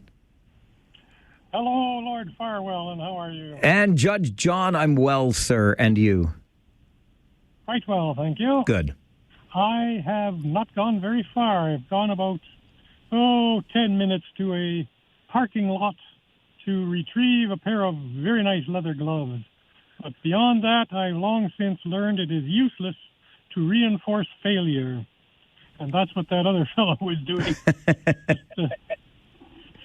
That's one of the rules that the German generals came up with. Do not reinforce failure. And that's what he did. So have you reinforced failure yourself? I did long ago. I can't even remember the incident. Unfortunately, it's lost in the hazy past. But, yeah, there was one that pushed the button and said, thanks for playing, but you lose. Yeah, exactly. Thanks for the call, John. Do not reinforce your failure, says John. Where have you gone? To what lengths have you gone to retrieve a lost item? My buddy went from Kitchener all the way back. Like, we had just been to Erie, but he wanted those earbuds back so bad that he went all the way back down. He said his phone, the app was telling him the earbuds were still pinging from that same hotel we were in 8 days earlier. He did not find the earbuds, so he took a trip to Erie, I guess for the sake of taking a trip. How far have you gone to retrieve a lost item? This is the Flip Side on the Mike Farwell Show, 570 News Radio and Rogers TV. Jim, I wish I understood you better. Jim sends an email to Mike at 570news.com. How far did I go to retrieve a lost item? I loaned a golf driver to a friend. Over time, I had lost track of it. And unfortunately, the friend I loaned it to, I went through each and every one of my friends who I thought I may have loaned it to, unsuccessful in getting it back. A decade later, I'm still surfing eBay for a similar driver. Sadly, now it's vintage and difficult to find. I had some personal best experiences with that driver. Jim, thanks for the email. Let's go back to the phones. Leanne, how far did you go to retrieve a lost item? Hey, Mike, how's it going? Good, thanks. How's it going with you? Great, thank you. Good. It was actually Nick and my dad had to make a trip back.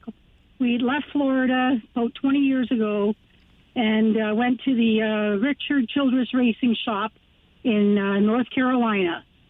Everyone was very excited that morning. Dad got to see the race cars up close, get back in the car for the long drive back to Maryhill. And lo and behold, Taylor had forgotten her blankie in the hotel. Oh, dear. So we had 2 cars. So we decided Mom and I would go ahead with the girls. Nick and Dad went back. We phoned the hotel. Yep, blanket was secured. So off they went.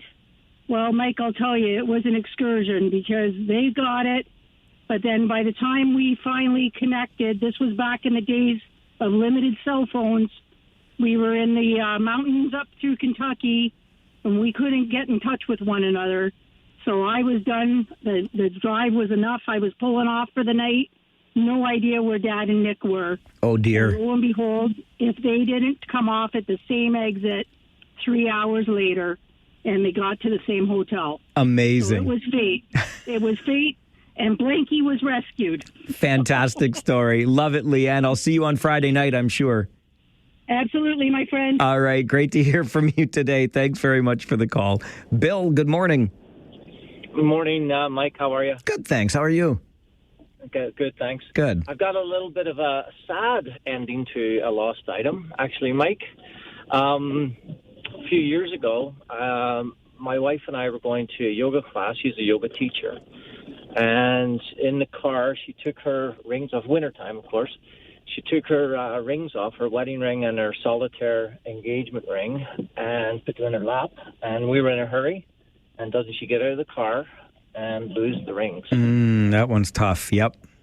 Now, we didn't know this at the time, and we were leaving right after to go to Toronto. We went to Toronto to see my folks, and she realized that they're missing.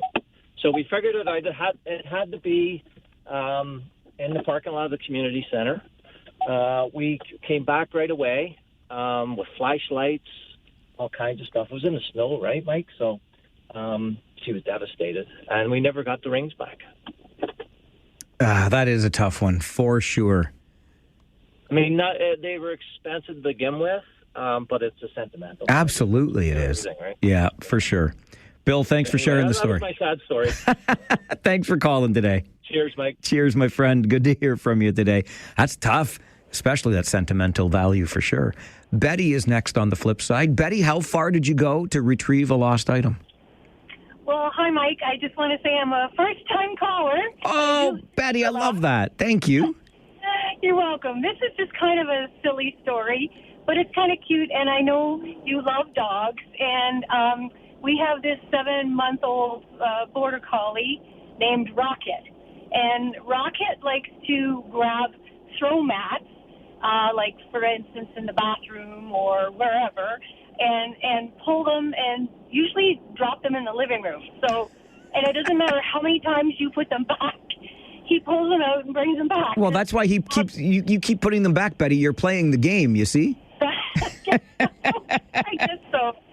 Anyway, he took this little black bath mat, the one that I step onto when I get out of the shower because we have a tile floor and it's very slippery if you have wet feet. So he's been taking this little blue bath mat and putting it in different places in the house. A couple of days ago, couldn't find it. I looked everywhere. I mean, everywhere. Underneath furniture, like down in the pantry, down into the basement. Couldn't find it anywhere. I thought, well, that's it. I guess I'll have to get another one. And my husband, being the jokester that he is, he looked too, and he couldn't find it. The next night I got home, and I went in the bathroom, and there was the bath mat. And I came back out, and I said, where did you find that? He said, Rocket and I aren't telling. So it remains a mystery. It remains a mystery, and it's a secret between my husband and our little border collie. Listen, I respect those secrets kept between man and his dog. Absolutely. Yes. Thanks, Betty. Great. You're welcome. Good to hear from you today. Another first-time caller on the show. Yes! Norma sends me an email to Mike at 570news.com. Something I talked about with my buddy from the Rangers when I saw him yesterday. Norma, via email, says, I think your buddy's AirPods are still pinging from the hotel because an employee of the hotel found them and pocketed them for themselves. I thought of that. We talked about that, Norma. But if I stole a pair of AirPods, I would leave the scene of the crime with them. Why would they be with me still at the place I stole them from? Unless, I guess, you bring them back and forth every day and you wear them. Maybe that's it. I would be long gone. I would not come back to the scene of the crime with the item that I stole, right? Especially when you know the guy that lost them is coming back. I don't know. Wouldn't it be funny if it pinged right to their pocket and you caught them dead in the act with it? I got to get to the news center for an update, but happy to hear more of those stories. Talkback Hour is coming up, open line. So Jerry and Mary, and if your name is Larry or Terry or Carrie and you want to be a rhyming name or anybody else, we'll take more calls and share stories about how far we've gone to retrieve the things that we've lost. This is the Mike Farwell Show, 570 News Radio and Rogers TV. Take out the papers and the trash, or you don't get no spending cash. If you don't scrub that kitchen floor, you ain't gonna rock and roll no more. Yakety yak. Don't talk back. Just finish cleaning up your room. Let's see that dust fly with that broom. Get all that garbage outside, or you don't go out Friday night. Yakety yak. Don't talk back.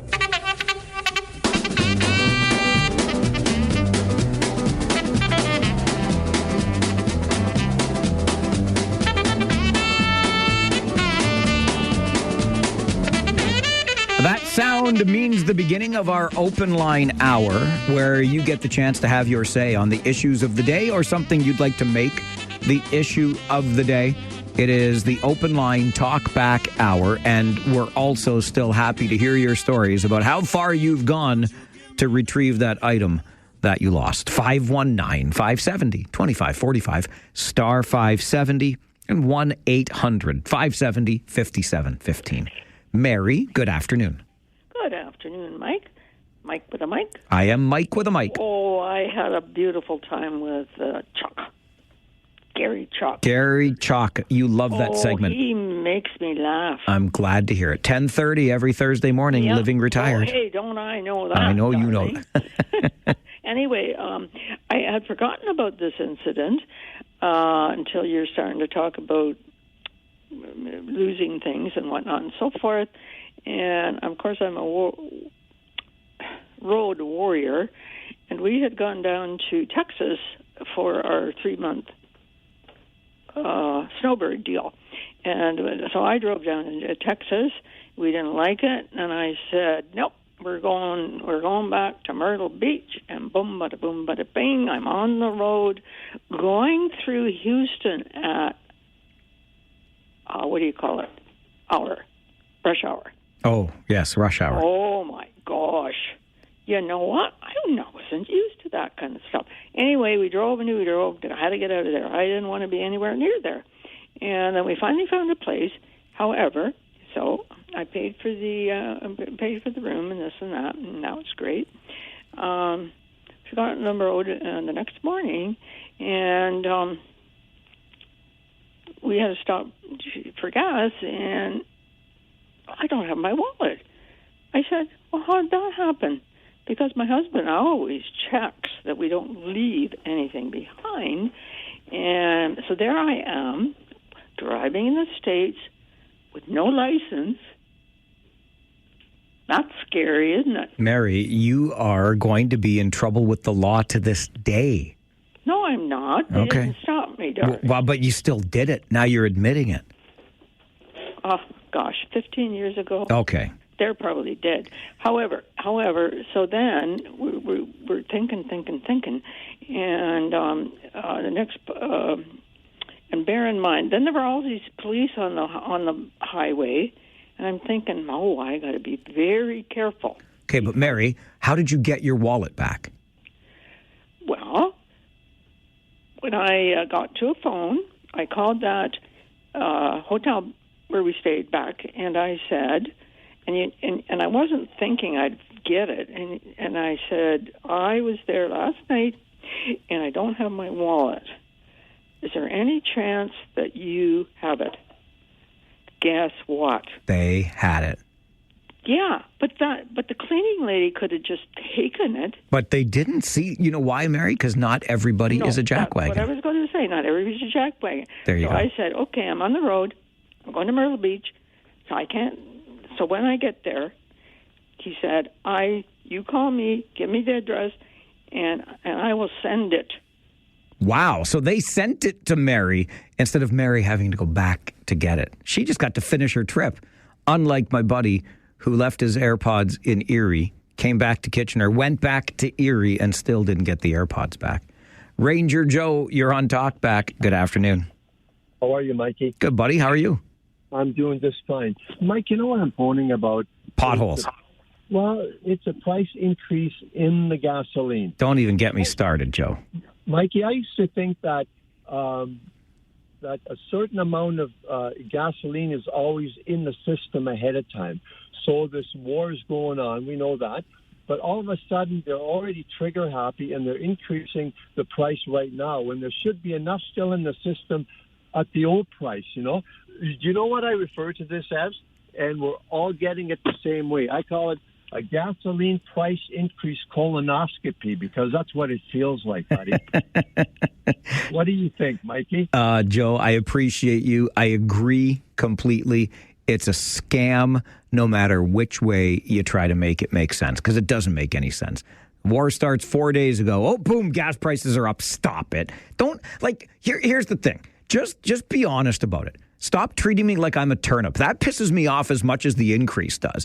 Don't try to tell me that the price has gone up as much as it has because the war started on Saturday. Stop it. That is insulting to the intelligence of the average bear. And I'm about your average bear. The bear part for sure. Come on with your coming on. A little bit of transparency, you gougers out there. Jersey Bill is next on Talkback. Hello, Billy. Yes, hello. I lose items occasionally. I lost my keys twice. My brother-in-law gave me this little item on there that it ran by battery, and of course, one time the battery didn't work. The other time, I didn't have it on there. But I found the keys both times. So now I make sure the battery works. Nice. Occasionally it goes off when I don't need it to, but hey, that's how things are. The reason I'm calling is, of course, I'm going to talk about the war, and what really hit me was the people that were taken out turned out to be not only from the U.S. Army, where you think, okay, no troops on the ground. Well, guess what? If you're in an undefended kind of aluminum trailer like the one I used to work out of in Fort Dix, and a drone hits you, you're gonna be taken out. And not only were they from the Army, but they were Army reservists, just as I was, that had been mobilized and sent overseas because I guess we don't have enough active duty troops. So, and of course, where if there's any loss of life under a Democrat, whether it was Obama. And of course, that situation in Clinton and Libya, where they made a big deal of the 4 that died there, or the unfortunate losses of life in Biden's withdrawal from Afghanistan. That's a big deal, and there's never-ending congressional hearings and the like about that. But Trump has a way of just he said, okay, I'm going to show up and I'm going to give these people all the honor. There's never a question as to why these people had to die, because essentially he went to war on a whim, and the other side was not totally powerless to counteract his whim. And it just leaves me with a little bit of a bitter feeling, and I really do feel for those people who were just like me. Billy, I appreciate the call. Governing on a whim. That would be a good way to describe the current U.S. administration. It's only a year old. It's got another 3 years of it almost. Kyle is next on Talkback. Afternoon, Kyle. Mike, fantastic video, eh? Well, you are quite the editor. I appreciate that.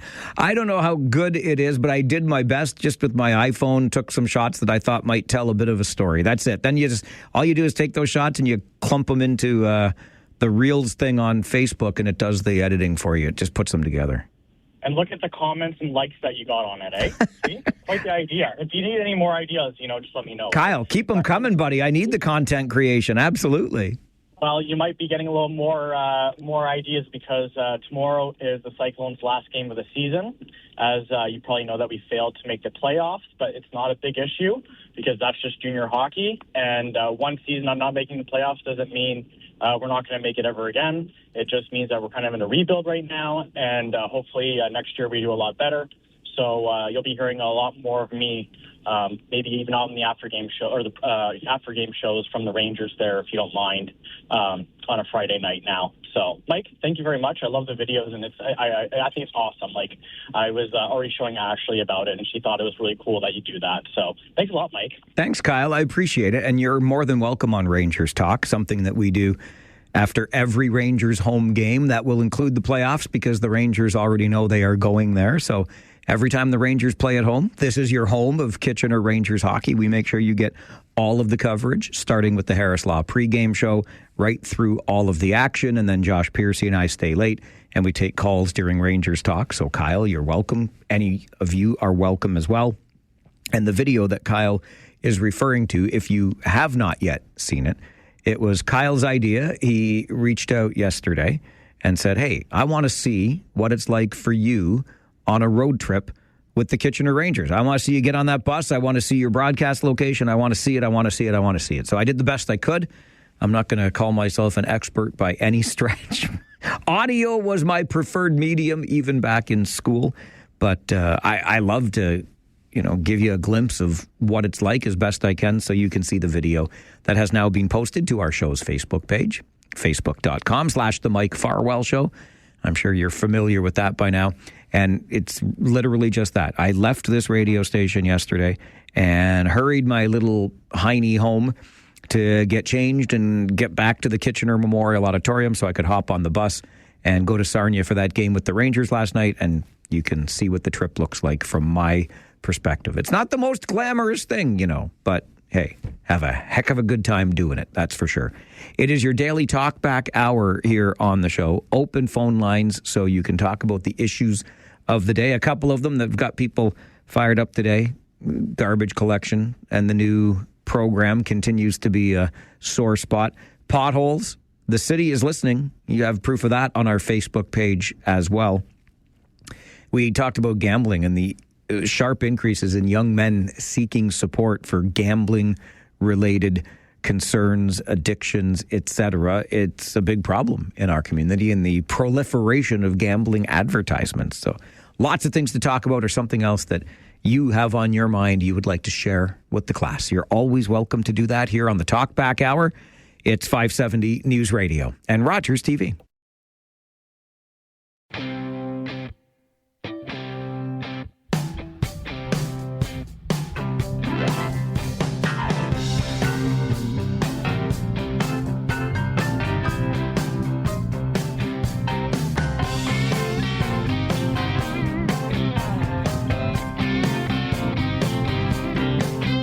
I think it's worth reiterating a message that we shared at the beginning of the show today, and that is around all of the frustration that exists with our new waste collection system here and these big old carts that we've been rolling to the ends of our driveways. And for some of us, one of my coworkers included, pickup day was yesterday. The bin is still there today. And listen, I recognize that anybody who is associated with this file is working hard at it. I get that. I didn't love the messaging coming from the region that I heard this morning during All News Mornings. And that messaging was basically around, be patient, we're going to figure this out, and it's going to be a great thing eventually. But because I think we have to acknowledge as well from the other side that, frankly, I think we deserve better, right? I've said it before. We're not the first community to roll out a program like this. So why so bumpy? I'm having a hard time with that, if I'm honest. Like, you've seen it done. Surely you did some trial runs in all of this, didn't you? So that it's a little bit easier when you get out there. This absolutely is I would like to hear more messaging around. We're all in this together here. We know that we've got things to work out on our end, and Frankly, we're sorry we didn't do a better job of preparing for this rollout. And then the other side of that coin, the other side of that street, is for us as the residents who are putting these bins to the curbside. We're not doing it perfectly. And I can tell you that just from driving through my neighborhood where collection day is allegedly today as well. I'm not expecting my bin to be empty when I get home, but we shall see. But a lot of people, I shouldn't say a lot, but a few people that I noticed just looking at the array of bins when I left the house this morning, a number of people do not have them. It seemed that they were all in the right direction, facing in the right direction, but far too many that I saw were not spaced appropriately for these mechanical arms to pick up the bins. You got to leave that 2 feet. And again, I'll just share with you the tip that was shared with me from Guelph when we talked about this the other day. Instead of lining them across the entirety of the width of your driveway to prevent your car from getting in and out, put one bin on either side of the driveway. And then you should be able to pull out in between. I'm guessing that's going to work for us at our house.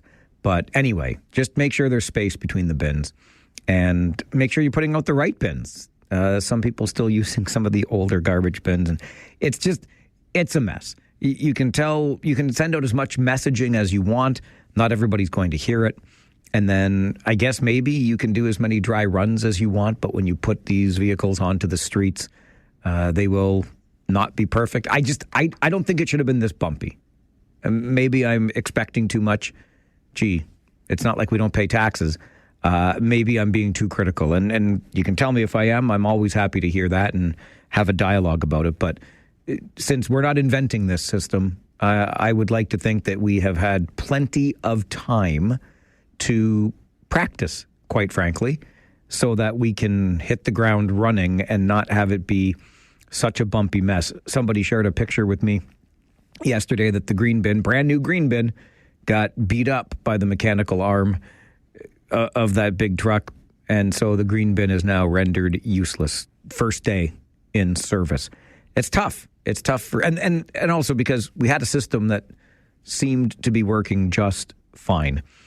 Brian sends me an email to Mike at 570news.com, and he is quite fired up. Not impressed, not a happy camper, Brian writes. This is precisely the kind of government ineptitude that led to the Grand River Park Hill Dam silt disaster. Brian's been on the show before talking about that particular issue. I might say it's precisely the kind of government ineptitude that led to the water disaster we're currently experiencing. And that's because Brian's pickup day was yesterday and his bins were still sitting there as of 11 this morning. Within the hour, they had been picked up, but they were picked up by an individual who came by in a truck and opened the bin manually, took the bags out and threw them into the truck, kind of like the old school. The other thing about Brian's email that certainly resonates with me is he timed the process of the mechanical arm picking up the bin and said it takes 30 to 40 seconds for the mechanical arm to do its job. And that's one of my other frustrations with this.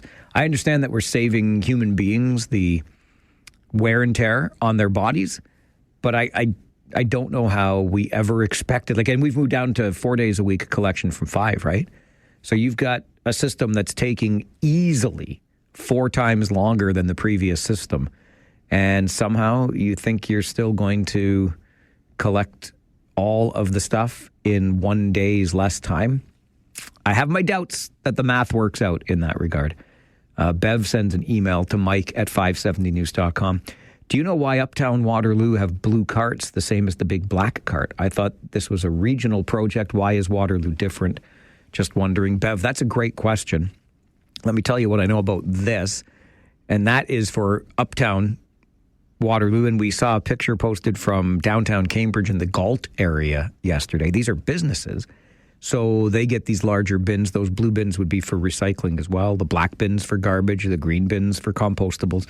But these businesses don't necessarily have the place within the building to store these things. So guess what you're going to see? Your beautiful streetscaped Uptown Waterloo and downtown Galt, all these businesses are going to have these bins lined up outside their places of business for us to walk past when we're on the sidewalk or walk past when we're entering their storefront. I find that a difficult one, too.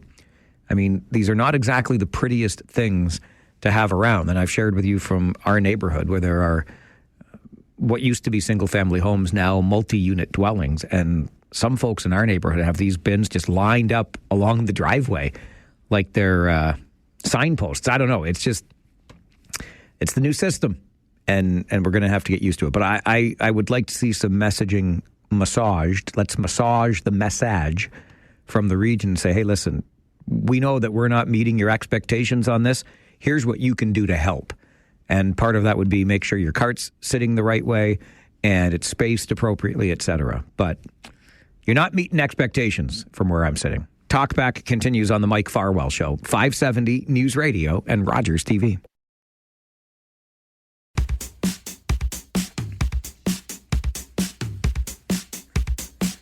Thank you, David from Cambridge. You get it. You absolutely get it. David sends me an email to Mike at 570news.com. He says, my collection day for this new waste collection system is today. Do the black and green bins. No recycling for us. What was out last night had about half of the people with recycling out. Some have old garbage cans out. Some have bins on snowbanks and pointed to the wrong side of the road. The paperwork I got with the bin in the mail says pickup today was all items, garbage, green bin, and blue bin. And it also had all kinds of errors through the month. But when you go to the WasteWiz app, and I love you for using the app, David, I've had great success with the app, and it tells you it's garbage and green cart today. So David concludes his email. Yeah, so kind of a rollout fail. Yes, this is it. All we're saying is that we're just, I think we deserve a little bit better. Are our expectations too high that you are changing to a new system of waste collection when the old system seemed to be working? I understand what we want to do here. We're going to be efficient, right? We're going to save money, right? We're going to save wear and tear on human beings, right? Okay. But I know that last week on collection day, I put out my bins the night before. They were empty when I got home from work. And I took them back in the house. That's not been the experience of many of your residents so far this week. So that is a failure of your program. Simple as that. By the way, another reminder, use that WasteWiz app. It's a good one. It's helped me a lot along the way, keep up with these things. Jesse is on the phone with us. Good afternoon, Jesse. Good afternoon, Mike. So I'm in Cambridge, and my pickup was on Tuesday. And I don't know if you've seen this message, but they sent out a message to check your green bins to see if you got a sticker that was a gold star saying, great job, you did it. Now, I am a child of the 80s and 90s. Not super proud of how far I will go to get a gold star, but why was funding put aside to treat us like children? Oh, that's an interesting question. It's just something that came to mind when we got this. Look for your gold star on the green bin if you put it out correctly. Well, but now, Jesse, I'm dying to know. Did you get a gold star? We didn't put our green bin out, so no. I got my green bin out today. I want to know if I get a gold star. Well, hope you do. Thanks for the call. I appreciate it. Good to hear from you. That is interesting, isn't it? I mean, I'm sure the stickers don't require a whole lot in the way of funding, but it's a part of the package. And I think Jim gets to it pretty well with his email to Mike at 570news.com. Is it actually the region doing the collecting, or is it a private company? Yeah, it's contracted out. And Jim goes on to say they were probably the lowest tender bid. Also, this was poor timing for the region to change waste collection, as the province just took over the recycling program January the 1st, and we know how smoothly that went. Yeah, you're right about that, Jim, as well. I don't think the timing of the year is all that good either. I think you might have had more success had you given people the opportunity to get accustomed to this when they could just line the bins up along the grass in front of their house, not in front of their driveway. And then as winter approached, we might have been thinking, okay, how am I going to deal with this when the winter gets here? Maybe I'll start snow blowing an area to leave it. Maybe I'll start shoveling like I would have to do to keep an area clear for the bins, right? There's nothing you can do about it now, and those snowbanks are still big suckers out there. Mary, you're on Talkback. Good afternoon. Good afternoon, Mike. Where'd you go? No, I'm here. Oh, hello. Okay. Hello. Well, I mean, on this on this new garbage thing, and I've noticed that some of the neighbors across the street still have the green and the black, I believe. And yesterday was the pickup day, and I did see that arm, and it's slow as molasses in January. However, so I called the neighbor, and they didn't pick theirs up. And then I said, well, what are you doing? Oh, well, we're going up to our cottage, and then we have to bring them back into the house because we won't be here. Like, Mike, this is a disaster. It's not great. That's for sure. Well, yeah, and like, so they didn't pick it up yesterday. Like, why wouldn't they make people work overtime? Mary, that's people work overtime. That just makes me think of, where is his email? I want to get his name right. Bill says he thinks the issue is too many people working for the city are working from home and not on the front line. I don't know if that's the case, Bill. Again, because this is also a contract that was put out. But don't get me started on this. Somebody brought up yesterday, or was it Monday? I think whatever. Earlier this week, Jason brought up entitlement. And you know what? I thought of this, the whole work from home. I don't want to go to an office anymore. How dare you make me go to my place of work? Like, that's the attitude that I hear. When I hear all of this stuff about not returning to the office or whatever, expecting, and a lot of public sector unions are embroiled in these squabbles about it because it's their God-given right, apparently, to not go to an office. Like, I cannot wrap my head around this idea. So the comment earlier in the week about entitlement was about a younger generation. I think it's seeped into just a general malaise when it comes to, or our approach to, attitude towards work.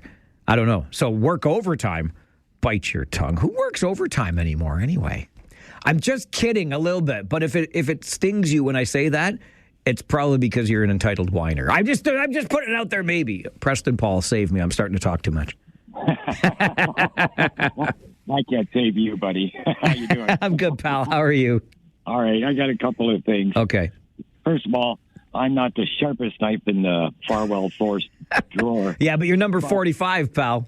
You got her. Yes, sir. But when they first come out with that gambling coming out, first thing I thought of, what could possibly go wrong with that? I know. I'm with you, Paul. I'm with you. I hear you. And you know, what I do is I tape everything, record it. So you wait 15 minutes, half an hour, go for a little walk, do something around the house, and then start watching whatever you want to watch in a sport. And then you can just hit the old fast forward button, go through all those rotten commercials. Oh, I'm telling you, I just love it. That's the way to do it. You know, that hurts my heart a little bit, Paul, because my livelihood exists only because commercials exist. You know that, right? I do. And they'll still put them out there. But why don't you put your garbage out on the morning when you're going out? Until you leave early in the morning to go to work. Yeah, I could. I probably should. I'm such a creature of habit, though, Paul. I'm like, this is how my morning works. I like my morning to work the same way every time. And if I have to add something, no, I got to go to the back and drag out the bin. I don't know. I've got that in me. All right. Well, you have yourself a great day, Mike. Thanks, Paul. Good to hear from you. See, and this goes back to what I was saying before. I was only half kidding. I mean, it wasn't nice to call anybody an entitled whiner. But seriously, if a comment hurts, you have to ask yourself, does it hit too close to home? Is that loudmouth on the radio maybe right about this? So that's the exact point. I could probably make my life a little bit easier if I took my garbage out the morning of, because it's true. I'm leaving the house a little before 6 every day. So easily it's out before 7. But I am so routine oriented that here's how my mornings work. I don't want anything to disrupt that routine. It's actually one of my favorite things because I'm the only one up. So everything happens the way I want it to happen. That's just the way my mind works. So I absolutely am the author of my own misfortune in some respects. But it's going to work in my place. First of all, when the snow's gone, plenty of grass to leave it on. Second of all, when the snow is here, I got a wide enough driveway I can put one bin on one side, one bin on the other side, and drive through the middle. Should be just fine. Famous last words. Should work. Bob is with us on Talkback. Hello, Bob. Hi, how you doing? I'm fine. How are you? Good. Good. Just a little info about one of the previous callers who didn't get their garbage picked up. Yes, sir. I had the same problem. Anyways, I got a niece that works for the region, so I had a little bit of an inside track on what Bob, went wrong. Give me the dirt, buddy. What's going on over there? Well, with all this new schedule, routines, they've done a lot of hiring and a lot of training on these new trucks. And like anything, new people are slow and they're learning and they're way behind. They've been way behind every day this week. And I've been warned. My new day is supposed to be tomorrow, and they said it probably won't even get picked up tomorrow. And then she says it may roll into the after or to the next day, and they can't even promise that because everybody's been working like lots of overtime already. So they may be limited on hours of work for Saturday, and it may get rolled into Monday even, I'm told. Yeah, you know what, Bob? It wouldn't surprise me one bit. And the limitations and the overtime that's going in. And here's what I'm going to come back to, okay? I would like to know then how much training and practice was involved before this week. Random example. A long time ago, I applied to work at a restaurant in Waterloo. And I made kind of the short list, I guess. So they sent a bunch of us that got through the first round to their restaurant location in London. 3 days. They drove us down, brought us back. Drove us down, brought us back. So we could learn in the other restaurant, the exact same restaurant in another city, what it's all about. So that when we got to the restaurant in Waterloo, bada bing, bada boom, we're ready to go. Like, why don't you send some of these workers, God bless them, to Guelph to go out with the people that are doing it there? And I don't know, like, learn something. Maybe they did. Maybe they didn't do it enough. This is what I'm going to come back to. We're not the first community to do this. And I think we deserve better. Dave is with us on Talkback. Hello, Dave. Hello. My comment on this garbage thing is, what are they going to do if people just say the hell with it and dump it on the road? Dave, please don't give anybody ideas, please. Because I'm worried. I know. I am not... I will not be surprised if we start, driving out Huron Road or going out Cedar Creek. I would not be surprised if we see more stuff. I don't mean out in the country or anyplace. You just mean right in front of their house? Yeah. Dave, don't give anybody ideas. Knock it off now. Hey, what the hell? What the hell? Pardon the language. That's all right. We're all pissed off about this. And then I have another question. Okay. All these new laws that are supposed to be coming out for the elderly, where do you find out about it? Wait a minute. Laws for the elderly? What did you do wrong, you old man? No. There's supposed to be new laws coming out for the elderly and the licensing and all this. Dave, I'm going to have to catch up on that one. Okay, I'll look into this. For your driver's license and stuff? Yeah. Now, maybe I'm jumping ahead. Maybe I'm hearing it wrong, and it could be just a state. I don't know. All right. Let me look in. It's sounding vaguely familiar, but I'm going to get to the bottom of this for you. And before 1 o'clock, I promise I'll give you an update. Okay. Thank you. Thanks, Dave. Appreciate it. Yeah, I'm gonna look. That's vaguely ringing a bell. That's why commercials are here, so I can Google. Come back, take more of your calls on Talkback. Stay with me. It's the Mike Farwell Show, 570 News Radio and Rogers TV. All right, Bob, to your question about the new laws for old people. Like, do you get punished for getting old? Getting old's the price you pay for not dying, Tom Petty once famously said. He died at 69. Best I can find for you, Bob, once you turn 80, you need to renew your driver's license every 2 years. And that will include a test that you have to take every 2 years when you turn 80. I think that's down from 5 years, if I'm honest. And if you want me to be even more honest, we should all have to renew our license every 5 years, personally, because I've seen you all drive, and you ain't very good at it. I'll tell you that for free. Greg is next with us on Talkback. Hello, Greg.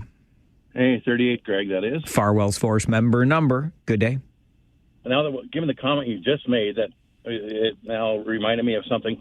Back when my mom first had to start, my late mother, had to go, like, she didn't do much driving, but yeah, had to do that renewal thing.